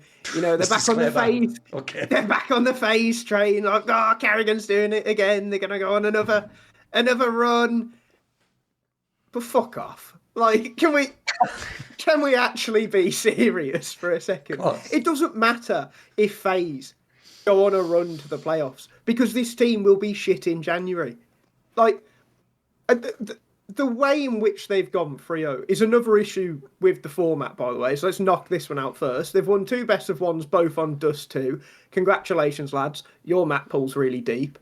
Right, one of those Brokey decided he wasn't the Latvian Lumi and actually shot at someone. The other one, he dropped 5 kills. But Jacob actually shot someone. He did. First time ever. And then they've won a best of 3 that they shouldn't have won because Nick choked. So, all right, they're 3-0. You know, like your Kindar's time on Liquid, doesn't count. But then, like, past that, like, I just think the way that the team is built is so bad when you look at the other top teams. Like, when you look at the top 5 teams, what do they all have? Like, Vitality has Flames and Spirit has Duncan and so forth. They've all got this aggressive star. And maybe Rain wasn't that for FaZe. So they decided to replace him with a worse version of himself rather than going and get someone who's like cracked out of his mind, running around corners, headshotting everyone. There's then the Brokey thing, which I think we've said. Everyone's said enough about Brokey at this point. Like you're not even like kicking a dead horse now. It's like it's decomposed and it's starting to smell. Okay. We'll just leave it there. Yeah. But I think when you look at how the team's built and how they've continued, and there's probably some blame that needs to go on to Carrigan. There's maybe some blame that needs to go on to Neo. Is it just time to bite the bullet? If you FaZe, is it time to look at one of these other VRS cores and think, okay, what have we got here? We've got Frozen, who we can sell. He can go to Na'Vi or Falcons or something. Like, let him go and actually be good somewhere. And this might seem like an odd suggestion, but what if they just go and buy 3 or even 4 players from M80? They won't be as good, sure, but I think if this M80 team had have had the exposure to Tier 1 that the Complexity Passion UA core has had over the last few years, they'd probably be better. You get a decent IGL. Like, again, maybe you're going to want to upgrade on the AWPer. Slacks can be a bit hit and miss, but Lake's good. Take Hext as well. You've got an NA core 3 major slot. You're an NA org, so your fans are going to love it. Like, I don't really see a negative because they can just slowly build themselves back up. And I think that's probably just what you should do, because on a consistent basis, this FaZe team is just dead in my eyes. I feel like Brokey is just attached to the idea of FaZe, and he's trying to embody it. And as people know, FaZe came from FaZe sniping. It was a trick shot clan, and he's just going for that. He's just trying to make every single round look like a highlight, look as crazy as possible. But I don't know if he recognizes that he's in live matches, not COD lobbies. He needs to actually play a little bit more of a consistent style, that even if it's a little bit more boring. I don't know if I would. I'm gonna actually take the opposite on part of this though. That I have FaZe making it through. I kind of felt like in the last stage they were actually that team. I didn't have the balls to put them 3-0, but it was kind of the discussion in my head about like, man, they might just turn. They really like.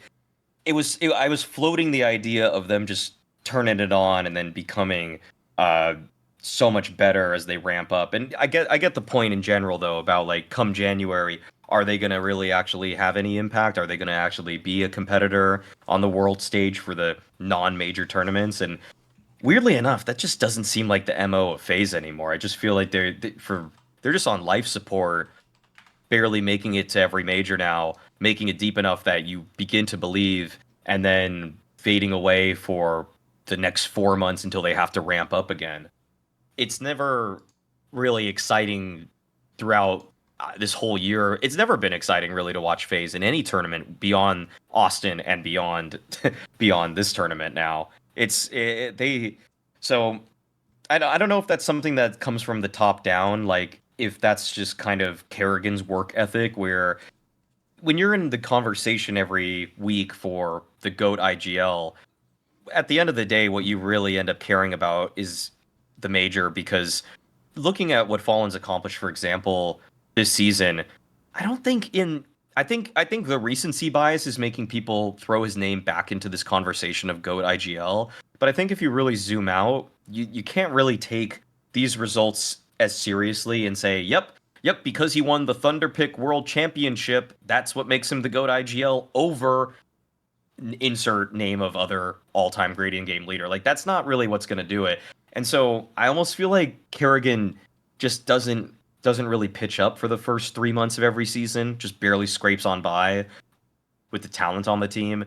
And that's got to change. I mean, you got to be fully invested into this stuff to prove to us that you actually have a chance, because FaZe is kind of fading in terms of just, if I'm entering a tournament with them now, I don't really even have them in the S or really even the A tier most of the time. It's kind of like the B tier tournament where I know they should make it to playoffs, but I'll be, I'm not even really surprised if they don't anymore. I don't know really I think I have a little bit of, I do have faith in Jacob for the future. I've seen enough flashes now where I'll say this, I like him more than Zwei on Spirit. I feel like he understands his role better now, or he understands his role better than Zwei. He doesn't just take too many bad fights. I feel like he actually is trying to play within the system that is always kind of ever changing on FaZe. He's not creating too many losing conditions. He's actually been pretty good in mid-late round situations. He's actually been pretty good at holding some tough positions. So I have faith that he's going to gradually improve, but whether the Kerrigan motivation is there for 80% of the year, that to me is a big question. And whether Brokey can come back, that's probably the more pressing issue, because the Brokey, I mean, his inability to consistently play at even a competent level has been the biggest detractor from FaZe being a serious contender, and why I don't actually think, even if they make play, like, I think that they can actually power through this stage 3 and get to the playoffs, but I'm taking them out immediately. They're not winning their quarterfinal if they get there. I think the only reason they even have a chance in hell to make it out is the fact that we just said about Twistzz has like the craziest numbers of his entire career. So the problem is, if you look at the 2 stages, stage 1 was FaZe as normal. It was just Twistzz and Frozen carry, that's it. Hopefully Carrigan calls a few rounds. Brokey's dog shit. At the time, you get nothing from Jacob. The second phase, what actually got you through, is just unsustainable. Carrigan's entry numbers are bonkers in stage 2, and then Jacob actually fragged the fuck out on T-side. Look, maybe listen, here's the problem. I don't totally write off the Jacob guy, but he didn't arrive last week, and if you're going to be a FaZe player, like, give him a chance. No, he has to prove it, you idiot. I don't see your scrims, do I? I didn't see him playing that other team. So he has to actually do it now, otherwise he isn't a FaZe level player. That is an objective fact until he proves otherwise. So it's the other way around. He has to prove to me that he is actually that good. And I don't buy 4 maps in that stage, as we say. And by the way, you only played 3 different maps among those. Like, I've barely seen them play. So right now I can't rely on that. And even with them 3-0 in that group, by the way, Brokey was still fairly dodgy. In the game against Aurora, by the way, he had 5 kills in that game. They won that game. It was a BO1. He won it. His best game in the group was against Passion UA. Mate, that's a team that they were surprised he can get out the group. And then I'll just say this: you are in a similar spot as Astralis, though. By the way, the real irony of Device fucking up in Astralis is, didn't everyone spend the last 2 years saying get Device to get to FaZe? Get him to Carrigan. Mate, you wouldn't do that now. You wouldn't even sign the contract. That wasn't even worth it. And the problem right now is there aren't many big name AWPers. Like, here's the joke. I looked it up. Who on, like, if I'm looking at the stats, who's an AWPer who you could sign? Right? In theory, you might say Torshi. Right? In September, he signed a multi-year deal with Mouse. So that's going to cost you big time. This is why what will actually haunt FaZe is that simple fucking thing. That was the one player where the reason he was available is no one else would take a chance on him. But he had the upside that maybe he could get really good again. Now that isn't even, seemingly that's not even on the table. So I don't even know who you can get at this point. I don't think there even is an AWPer you can get. But you have to gamble. You've got to do it at this point. You know the issue with that, though? Something I heard. I don't know how true this is, but something I heard is that FaZe wanted to sign Zwei, tried to sign Zwei, and offered 50% of what his buyout was. I also heard that and this might be public or true, I don't know at this point because I hear so much shite, is that Zwei only cost Spirit 100k. So if FaZe are that cash strapped that they couldn't even cough up 100k for Zwei, by the way, similar thing. What's the hope? That's also, in my opinion, why they have Jacob. I think they have to put on a brave face and pretend he's the next. No, they picked him up as a cynical move. He wasn't even like some top. I imagine that was just like that probably was 20k, mate, from like an upper G bet click. You know what I mean? Because it wasn't that already leaked already about Simple that like his buyout was like 500k, mate. It wasn't what we all thought, like, oh, it's like 1.5 million, they're going to have to go. No, that's 500k. And by the way, if you actually do your job as FaZe Clan, bro, he's the most marketable player in fucking Counter-Strike esports. Like, that's 500k is plausible to make back off, like, all the shit you get, activations, sponsor. So I know what you mean. It implies to me, like, FaZe just doesn't have money and they don't have any pull to get people. Like, I don't think they have options, mate. I genuinely think that's why they're sticking with Brokey and why they're just fucking riding it out and they're just copium that Jacob's going to become like fucking Ekskaswersky or something at this point. So I don't know. But I think it's also just, it's the natural course of just years of mismanagement. Oh, of course. Like, look at why they lost Twistzz in the first place, which again is something I heard. It is because they literally just wouldn't help him live in Germany or something like that, which is insane. If that is... As far as I know, the Twistzz and drop stories go something like they either just didn't give the guy a new contract in time, so you start looking elsewhere, or it's like something where it's like you just don't sign a player, so they say, right, I'm leaving. Like, basically, both of them could have stayed, mate. Like, the Rups one as well. So in theory, he could have stayed, apparently. And they also lost them both for free. That's even worse, which is the most insane part. The fact they've lost them for free. Yes. So now they're at a point where maybe they are cash strapped. What if Carrigan decides to retire? What if he decides... Oh, they're donezo, yeah. You know, they're never going to get to that point where he can go out on a high. Yes. Well, and granted, he doesn't look that great on Liquid. You've missed out on Shuey. I've always said for a while, if you're really hedging your bets, maybe you try Crizzen. Well, he's just gone to Heroic. You're going to have to spend money on a complete gamble. If you do give up on Brokey, which you probably should, you got to spend money there as well. I don't see how FaZe even stand a chance of becoming competitive if they are making changes or if they're forced to make changes, because I just don't see how they spend the money to buy someone that gets them out of this position. No, it seems like it, mate. Okay, Maui, what is your ugly point? I have 2 options that I could go with here. I'm not sure which one's better, actually, for the show. I don't know if it's I guess, were you going to talk about Glaive, Thorin? No.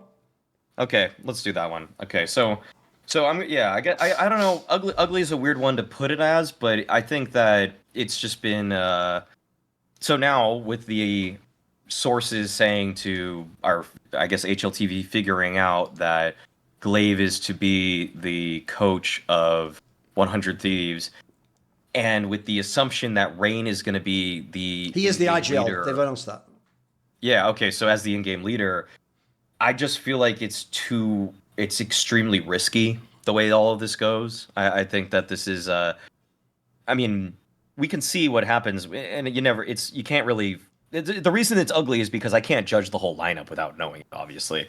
But to have a guy that's going to be a first-time in-game leader in Rain, who, again, like reminder on HLTV confirmed when he was moving away from FaZe, he said he didn't even really like the papers on the table. I know people in the comment section of this podcast, when I brought that up before, were like, just because he doesn't like the papers doesn't mean he's going to be bad as an in-game leader. No, it doesn't. It doesn't mean that. But I'll also say, like, you know, if I work with an analyst, you know, for on a broadcast, and he says I don't like doing prep work, I just know that he's not really going to say all too much of value. You know, like that's just but they can exceed my expectations sometimes. Like somebody that says they don't prep at all can sometimes come up with some cool points. They might have figured something out by just watching the game, or just like through osmosis of being around the space, that they have something to say that's of interest. But that's kind of how I read the whole Rain situation, where maybe he's a good fragging in-game leader, but he might not be a good calling in-game leader, and that might be good enough. But I just feel like a few things are working together now to make me a little bit more tentative regarding the 100 Thieves project. That's kind of my point here. It's still, I guess, it goes without saying that Glaive has a good mind for the game, but I don't even necessarily know if he has the greatest mind for CS2. It's a different game than CS:GO. His bulk of achievements were in CS:GO, and when it comes to CS2, he had the Espo where it really kind of surprise us that he was able to come out on top there. But even regarding their placement in a handful of CCT events, anytime they went to a tier 1 event, they just immediately they made immediate exits there. You know, they couldn't make it through the RMRs or even the major qualifiers, really. Like they weren't making any headway on against tier 3 opposition, like, frankly put. And that's extremely concerning when I'm looking at a 100 Thieves project that I do want to succeed. I mean, to show explicit bias, like, I think Sean Gares is great. I think Messioso clearly is tapped in, but I don't really like. They weren't even really getting the same X Kaspersky. Like, if you look at X Kaspersky's numbers under Glaive, they're actually worse than when he's under Snappy, which is. And by the way, the level of opposition has only gotten really better when he's joined NIP. Like he's playing better against better teams, whereas under Glaive, you could give the excuse that he was more of a rookie there and that he's developed. But usually, even as you're developing, you don't start playing better opposition and play better. Like, that's just not the natural progress. So I have to make the assumption he's just better under Snappy, and Snappy has a better understanding of how to play CS2 at a strong level. So just a lot of points of concern for this team. I'm not dooming them. That's why it's on this podcast instead of just a tweet, because I'm still waiting, but I don't even know how to say with bated breath. I'm not holding my breath. I'll say that. I'm not holding my breath for this to be a top 15 team out of nowhere. Yeah, I think even outside of that, like a first-time coach, first-time IGL, it's obviously quite concerning.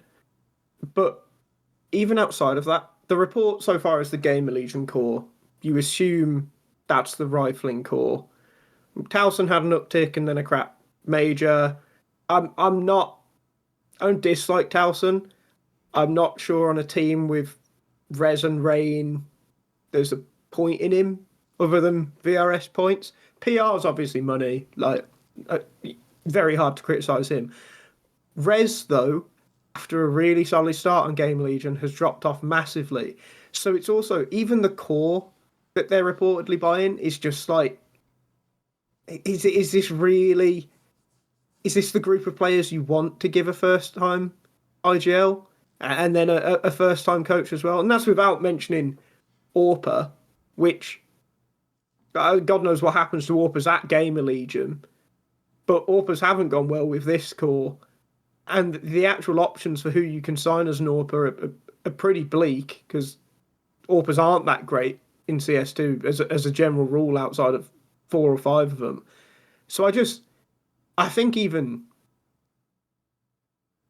top 20 to 15 might actually be just like the best 100 Thieves can hope for probably a longer period than they're expecting. What I'll say is, on the AWPer thing, this is why I get to bring Necro, one of my classic biases. Dexter's still sat on that Falcons bench. If you're FaZe, if you're 100 Thieves, why are you bidding? Like, again, who are there to sign? I said the same thing last year when Pius was in Falcons. I was like, there's not that many people, bro. Like, you have to gamble one of these guys gets good again because they were good once. Or you have to get someone who's never been good and gamble he makes it to the top. And spoiler, it's actually, in theory, more likely you could maybe get a Pius on side than you'll find a Molodoi. Most of the times you're reaching that bargain, but you don't pick out Molodoi, do you? Like, everyone laughed at Fnatic for signing Jambo. I just want to say, at the level Fnatic's at now, that's a good signing, mate. It's like, that's not even bad. I mean, the joke could be, we're actually entering the territory where I'd have to start saying stuff like, maybe Halzuk can play in EU again. Like, there's no fucking players left. Nobody plays with the AWP. As we pointed out, Fallen and fucking Cadian don't even AWP anymore. They were actually, like, once upon a time, good to very good players. So no, I think they're in so much trouble. Here's the reason why I don't understand this move at all. Right, first things first, Glaive just retired, right? Miss me with he has a child and a family. So does Rain. Rain does now. So now explain this to me. If you're Glaive, and I'll tell you a brilliant thing about Glaive. Glaive is like a perfectionist guy. He is the guy who fine-tunes the strat, who gets pissed off if you don't do it right. It's one of the reasons why I personally never thought he was suited to have a young core of players who are all academy squad players. I thought that was a nightmare fucking move. What are you doing? Like, no, you have to give Glaive like the veteran players. It's why that's the mistake they made in Astralis. I don't believe Glaive was actually trash at the end of CSGO after COVID. I think you kept giving him Lucky, fucking Altex, Bars. Like, bro, you know, you haven't even got a chance to play the Glaive style if you have those players. You're not even giving me a chance to play the game. Like, I'm teaching little kids and doing babysitting while I'm supposed to be trying to like execute like world-class strategy. It doesn't work. It doesn't work. So to me, the most obvious thing here is one, I already think Glaive is pretty spicy if people don't know behind the scenes. Does he have the temperament to sit there while Rain fumbles to become an early IGL? I'd be like, mate, after 3 months, I'm getting that like fucking vaudeville crook and pulling you out of the fucking chair. I'm putting your jersey on and I'm fucking playing. I'm the IGL now. Why wouldn't I? I'm better than you probably at that gig right today.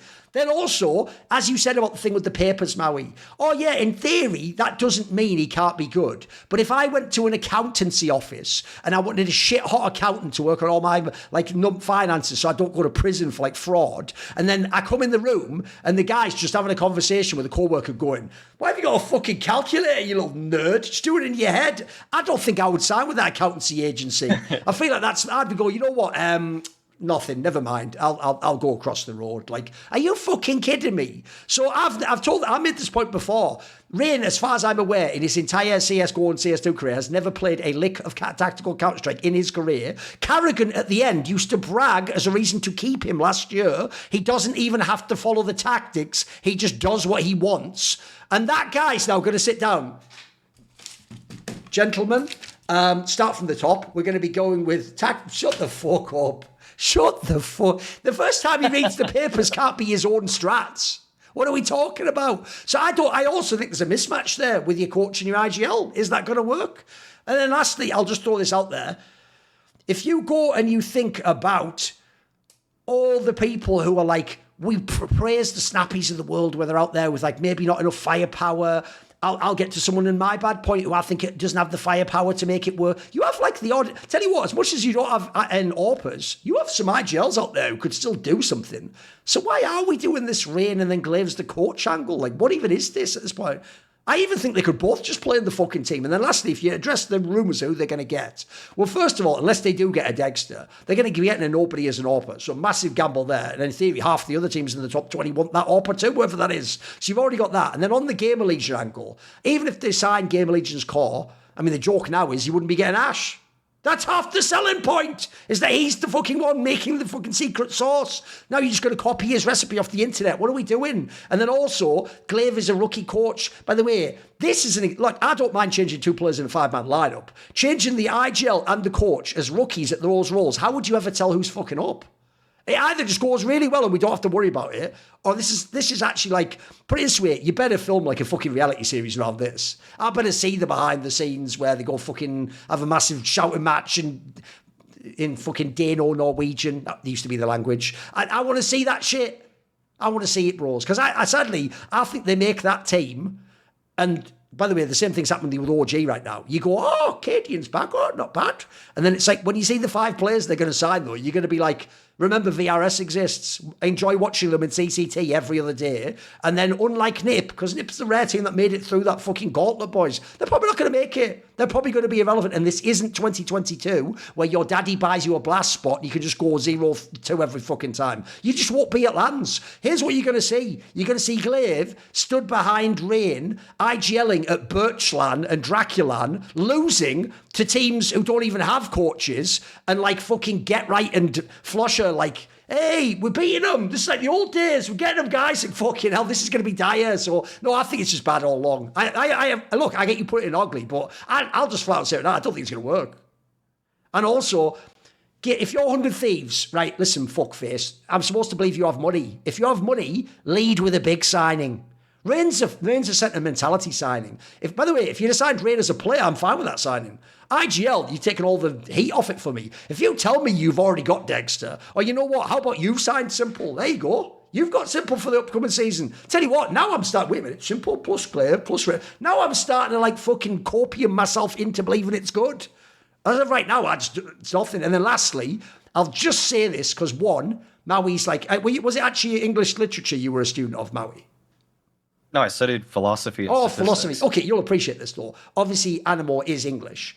I will just say this, Nade Shot. I actually know Nade Shot. I've been friendly with him. Wouldn't say he's a friend. It's just an acquaintance. He's always been very deferential to me because he's a COD pleb and I'm from CS, the OG, the real grandfather, godfather game. So he's always been very nice to me. But I'll just say this. He is what he seemed on stream. At times in his career, he was an absolute brain-dead fucking stoner hitting 316 no-scopes. There's a story from the origin of 100 Thieves that I won't say which of his teams. One time they got to the airport and they were called him like, they said we don't have any tickets. And he was like, oh, shit, dude. Oh, shit, man. Like that happened. Like that used to be the squad. So all I'm going to say is this angle, mate, is the team, the name of the team is the number 100 and the word Thieves. Now, say it out loud, please, sir, on Sesame Street. 100 Thieves. Wrong! 100 Thieves. Or 100 Thieves. Say the team name again. 100 Thieves. That isn't even a number! There's no such number as 100! Your own team in your own spoken mother language doesn't make fucking sense. And this team doesn't make sense. That was a long way to get to that point, whatever. Well, it wasn't as good an impact. Listen, it was good. I got passionate. I did that Thorin thing where I fucking method acted. It's all good. It's all good. We got there in the end. That's all that matters. We got there in the end. Anyway, here's the thing, boys. I don't want to think of 100 Thieves being irrelevant. I remember when they had that really good Renegades team they signed with JKS and all that, you know, and they actually had the chance to do stuff. They were in that FaZe New York final. I don't want to think, oh, you know, when you're trying to buy a gift to someone, oh, what do I fucking buy them for Christmas? What do you get the man who has everything? I have everything in esports. I'll tell you what you could get me. My old favourite player, Device. That used to be sick. But unfortunately, that device, you can't buy it anymore. Can't get it anymore. It's not available in stores. But you know what? We'll always have the memories, AN1MO. And the thing with the memories is, you could buy me an Aura frame. I've already got one, but this is hypothetical. You could buy yourself an Aura frame if you're a Device fan. You could buy another Astralis fan an Aura frame. Or you could just buy your grandma or your aunt or your girlfriend it. And what you could do is you could load it with all the memories of Device. You could have that picture of him. Oh, fucking, it's hilarious. I'm actually winning so many majors. I'm breaking the trophy. Lol, this is the 4th one, motherfucker. Where you at now, Flusher, bitch? Oh, all off. You don't choke, do you? You don't even fucking play these games, mate. Watch me. I win the... You can have him doing that. You can have that. You could get sentimental. You could have that fucking little. You can do up to 30 seconds of video. You can have a little video of that time at Cluj Poker. He cried in the van. Why am I letting myself and Thorin down? Sadly, he didn't say the second part. Should have done. By the way, fair play to him, like existence. He has apologised to me before it lands for letting me down. And I do just turn to him like, listen, you're getting too caught in the sauce. It's your career, mate. I'm just a fucking guy pretending we're like joining the hip or something. You could do that. You could have, with the video, you'd only need 30 seconds to destroy the dreams of that NRG squad with that pistol 3K, where you only had 3 bullets left and they got on train. They'll never forget that moment for the rest of their lives. I'd preload that, send that to Cirque. Go, remember you used to have a career, mate? Now shut the fuck up, get out my face. And then you could obviously, if you want to go, there's so many memories. Here's the good news. It has unlimited space. Once you get it and you set it up, you can upload unlimited photos. You don't have to pay for like a cloud subscription. You just buy the thing at the first place. Also, you have all sorts of things. Like it comes in a gift box, a premium gift box with no price tag. You can just share photos and videos directly from your phone. And basically, you can also preload it before it ships to whoever your loved one is. So that actually has, by the way, I'm joking about the esports side. Obviously, what you should do with this is put pictures of yourself, your family. Once you send it to your grandma, your aunt, your girlfriend, whoever, then at home you upload to the cloud your latest shit from Instagram or your latest fucking pics when you're out and about, and they feel like they're part of your life. Perfect Christmas gift when you don't call your mum because you're too busy playing that Face It level 2 stack, you selfish prick. So why don't you just get 35 motherfucking dollars out your pocket? That's probably about £100. That's the only area we're still beating them on AN1MO. That fucking exchange rate's gone right back up again. Shout out Trump. Anyway, the point is you can get $35 off, can't you? If you go for a limited time only, you can go to auraframes.com and get $35 off Aura's best-selling Carver matte frames by using promo code, it's on the screen, learn to read, S&B, all one word. That's AURA frames.com, promo code S&B. This deal is exclusive to listeners and frames sell out fast, so order yours now in order to get it in time for the holidays. Support the show by mentioning us at checkout. Offer may vary by country, terms and conditions apply. Generally, it's Anglosphere countries. It's like USA, Canada, UK, but they often say on other shows I've noticed, if you try the code, sometimes you'll have like a regional discount that might apply to you. So check it out. I actually think, by the way, I know Maui has one. I actually genuinely think the Aura frame is excellent. Like I've actually bought like 4 or 5 as gifts. Well, I say bought, I got some of them from the sponsor, but I would buy if I wasn't privileged, if I was like you peons who had to buy milk and shit like that, I'd probably buy one of these. I'm not. And so I don't actually also need one. I've got plenty of them. But tell you what, if I wasn't, this would be the best gift to buy me. Right, the last point of the show obviously belongs to me. Didn't engineer the show that way. You know, God has his favourites, who knows? So my point's going to be a weird one, though. I'm not actually going to, there's so many angles. I did actually consider Maui. I did consider maybe I'd do the Glaive to 100 Thieves runners ugly, same reason why. Here's what I've settled on. It's sort of a more optimistic ugly. It's going to be a bit out of left field for some people. You're going to think I'm wilding, but all I'm going to say is I have a fucking nice track record with the all right to low fragging IGLs who they're not good because the team didn't win a trophy. And how many times do I fucking kill it, mate? MSL, Snappy, Alexi B. When do I miss, by the way? Can I get a list of the ones I missed on? I don't really remember any of them personally. Well, that's convenient. But listen, you should look it up, motherfucker. If you want to prove me wrong, do some homework. So I'm going to add a name to that list. I think, even though he just got through the stage, I think it's actually ugly where in his career JT from Passion UAs. Bro, have you seen the lineups this guy has played with in his career? His best lineup ever was Cole, where Elise used to frag out. Halzerk was all right, and Grim wasn't even good in that roster, by the way. Then Elise leaves. Magically, Grim's really good again. Now he's got the fucking Quem guy. You know, he's had like some all right players, but he achieves miracles with these players, mate. These rosters have no business ever being relevant. The idea that Elise roster would sneak into the odd playoffs and beat like the major winning Na'Vi and be, that's fucking impossible. And I have to say, I think part of it is him. Fuck the rest of him. Wasn't even just Elige. Yeah, Elige was the tip of the spear. He was the main fighting part. But I'll tell you what, I think this JT guy actually is a legit caller in CS. I have also seen him now for years do this with all these rosters. He always makes them competitive. Also, by the way, they always have a map pool. You saw him, they'll play fucking train. This team, by the way, do you want to know a cool detail about his squad? They do a rotating ban. They're not even a team. Even the best teams in the world just ban one map. He just does it. That's, by the way, when you're the underdog team, that's a genius way to have a chance in every single best of 3. I don't ban the same map every time. In fact, I'll play it just enough against the other lesser teams. You're not sure what map I'm going to ban. You know, you can only say that historically against like Prime Carrigan. Every other team ever, 2 maps they're definitely banning, if not the ban map. You can already do it. So I actually think this guy, look, maybe I'm going slightly too far, but I tell you what, I look at some of these bigger squads and I'm like, when does he just get to leave the squad and go to a better team? We're talking about IGL lax. Why can't he be under Thieves IGL? You know what I mean? Why can't he be in like a big squad and get that fucking big crowd? Because I think he's actually, if you look at his track record, I think he's earned it, mate. I think he's the next in line to get like a real team. Even though I'm sure he wants to stay in his team. Thoughts, boys? I have a really strange thing with JT, where I actually completely agree with everything you've just said, and also really disagree with everything you've just said. Okay. So, he's undoubtedly a good caller. Like, I think that's always been clear. A good caller that has been cursed with some truly awful talent at points. Like, from the moment they moved to complexity is when I, started paying attention. And that's always been clear.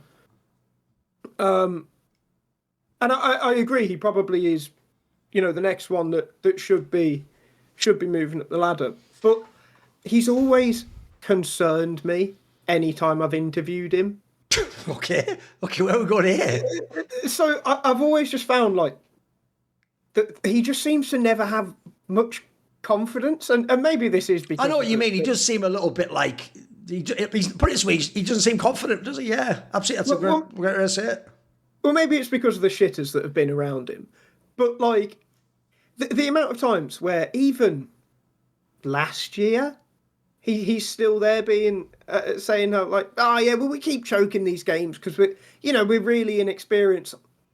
Fuck off. Come on, you're not saying the inexperienced line now when you've been around, been in these tournaments for like 2 years at this point. I'm not sure I'm going to give you that leeway anymore. You do it before the Paris Major or whatever. Okay. We can have a conversation about it. Like you were stuck with Junior for a while, but now, like, I'm not sure if that can fly anymore. So, well, I agree. Like, he's certainly a good caller, and he certainly shouldn't be, burdened with some of the people he has been burdened with. But I also think maybe he might have something, a level to grow himself. Kind of like, going back to Nip earlier. Maybe he's had the failures now. Like with Nip, they've had the failures that will allow them to grow. So maybe he's had that, but I've always just had that slight concern that he might not have that little extra thing. No, but this way, here's where I'll meet you halfway. That was actually always my biggest problem with Daps, which is Daps used to be on like really good teams, and he would never fucking big himself up. He would always almost act like, fuck, bring in Stanislaw. Who am I? And like, I'm trying to tell everyone you're fucking really good, mate. Like, can you at least join me on the fucking Twistzz? Surely you can be your own hype man, for fuck's sake. Whatever. Thoughts, Maui? JT's been leveling up every successive year that I watched this guy. I mean, from the beginning when he was on I didn't really pay it as much attention, to be fair, about the South African kind of bravado ATK as much roster, but really, well, actually, maybe a little bit on ATK, because then he went into Cloud9 and then Extra Salt, and I felt like it went from being, okay, you're working with weaker pieces, you're going for all these set pieces, it's just kind of like, but then they would get into these positions where clearly his team is more comfortable than even higher ranked teams, because they play the first 30 seconds of the round out, and then he knew, or at least the people around him knew, how to work through these situations, and it just actually could catch off slightly higher ranked teams, because it's just, he knew how to manipulate situations and create unique and novel game states. This Passion UA team surprised me in this stage, and the win over M80 is one that, I mean, before the stage, I had M80 making it through, but then by the time that the game rolled around, I feel like Passion had kind of convinced me that they were going to win that one, or maybe I was just kind of in a doomer for my pick'ems kind of thought process. But either way, I thought they were going to win, because they're just, their ability to mid round and just kind of make sure that they don't. I guess the main thing is that they just don't create as many losing conditions, and they have a lot of unique ways to play things out. Like, okay, I'll just give a more specific example so it's not as vague. Like, in their opening pistol versus M80 on Inferno, they did this really weird 2 guys up banana pressure, but then they did like a Halls pop at the same time. And then JT was just kind of at the bottom of mid, listening to what their kind of intel they're giving him. and then he just went to the bomb site that had less people, which was the A bomb site. And I was kind of like, that's not a call that he would have made 2 years ago as an opening pistol in a do or die situation. And I was like, okay, one, that implies a strong level of trust with your team, but two, it's an ability to make a good mid-round decision that can avoid disaster and not just go all in on a play. So I'm actually liking just how cautious he's been. I mean, against Fnatic, he got 8 rounds on the T side of overpass. Like, he's actually making a very strong but probably underrated case right now that he is punching above his weight as an in-game leader. I'm glad you brought it up. And also, just another little tidbit, some of the complexity woes from earlier this year as they were looking for the Elige replacement. I like the 60 guy, came on this podcast, not trying to throw shade at him, but as soon as Complexity recognized that 60 was a little bit raw, he was a little bit inexperienced in these situations as kind of like the star rifler spot on CT sides, JT took it over and did a commendable job. Like, he kept his head above water in a lot of those spots, and whatever happened, like, I think this was a small narrative we've been peddling throughout CS2, is that JT has kind of just silently become a bragging IGL. He's actually absolutely. He's totally reasonable in a lot of situations. Had to take over the fragging spots from Sixy, who was supposed to be the raw aimer for the team, like the big fragger, and kept them competitive through a lot of this year. So, I mean, I don't think JT gets talked about enough. It's a really, really cool one to bring up. I'm glad you did. I mean, I don't but know if someone says, what IGL could we get, like 100 Thieves? I don't think he even gets on the radar, sadly. But that's what I'm trying to change. I'm trying to hype him, you know. And I think it's completely valid, actually. I mean, they were also a single win from making it to the playoffs of 2 major playoffs now. Yeah. I think it was Copenhagen. Maybe. Yep. Copenhagen and Shanghai. They were both, I think, 1 win away from, or was it? No, Shanghai was opening stage. My bad. It wasn't. Okay. It wasn't actually. It was to just make it through that stage. But yeah, no, he was. Yeah, no, I mean, either way, I mean, he's definitely punched above his weight for a while. Like, I still remember pretty vividly a couple games where he outcalls elite teams like FaZe Clan on, like, but the problem is that it's usually just netted 1 map in a BO3 series. Yes. But that 1 map that they win is always way more impressive than I think it's going to be. And I never expect the big fight to come out of JT-led teams, but it consistently happens.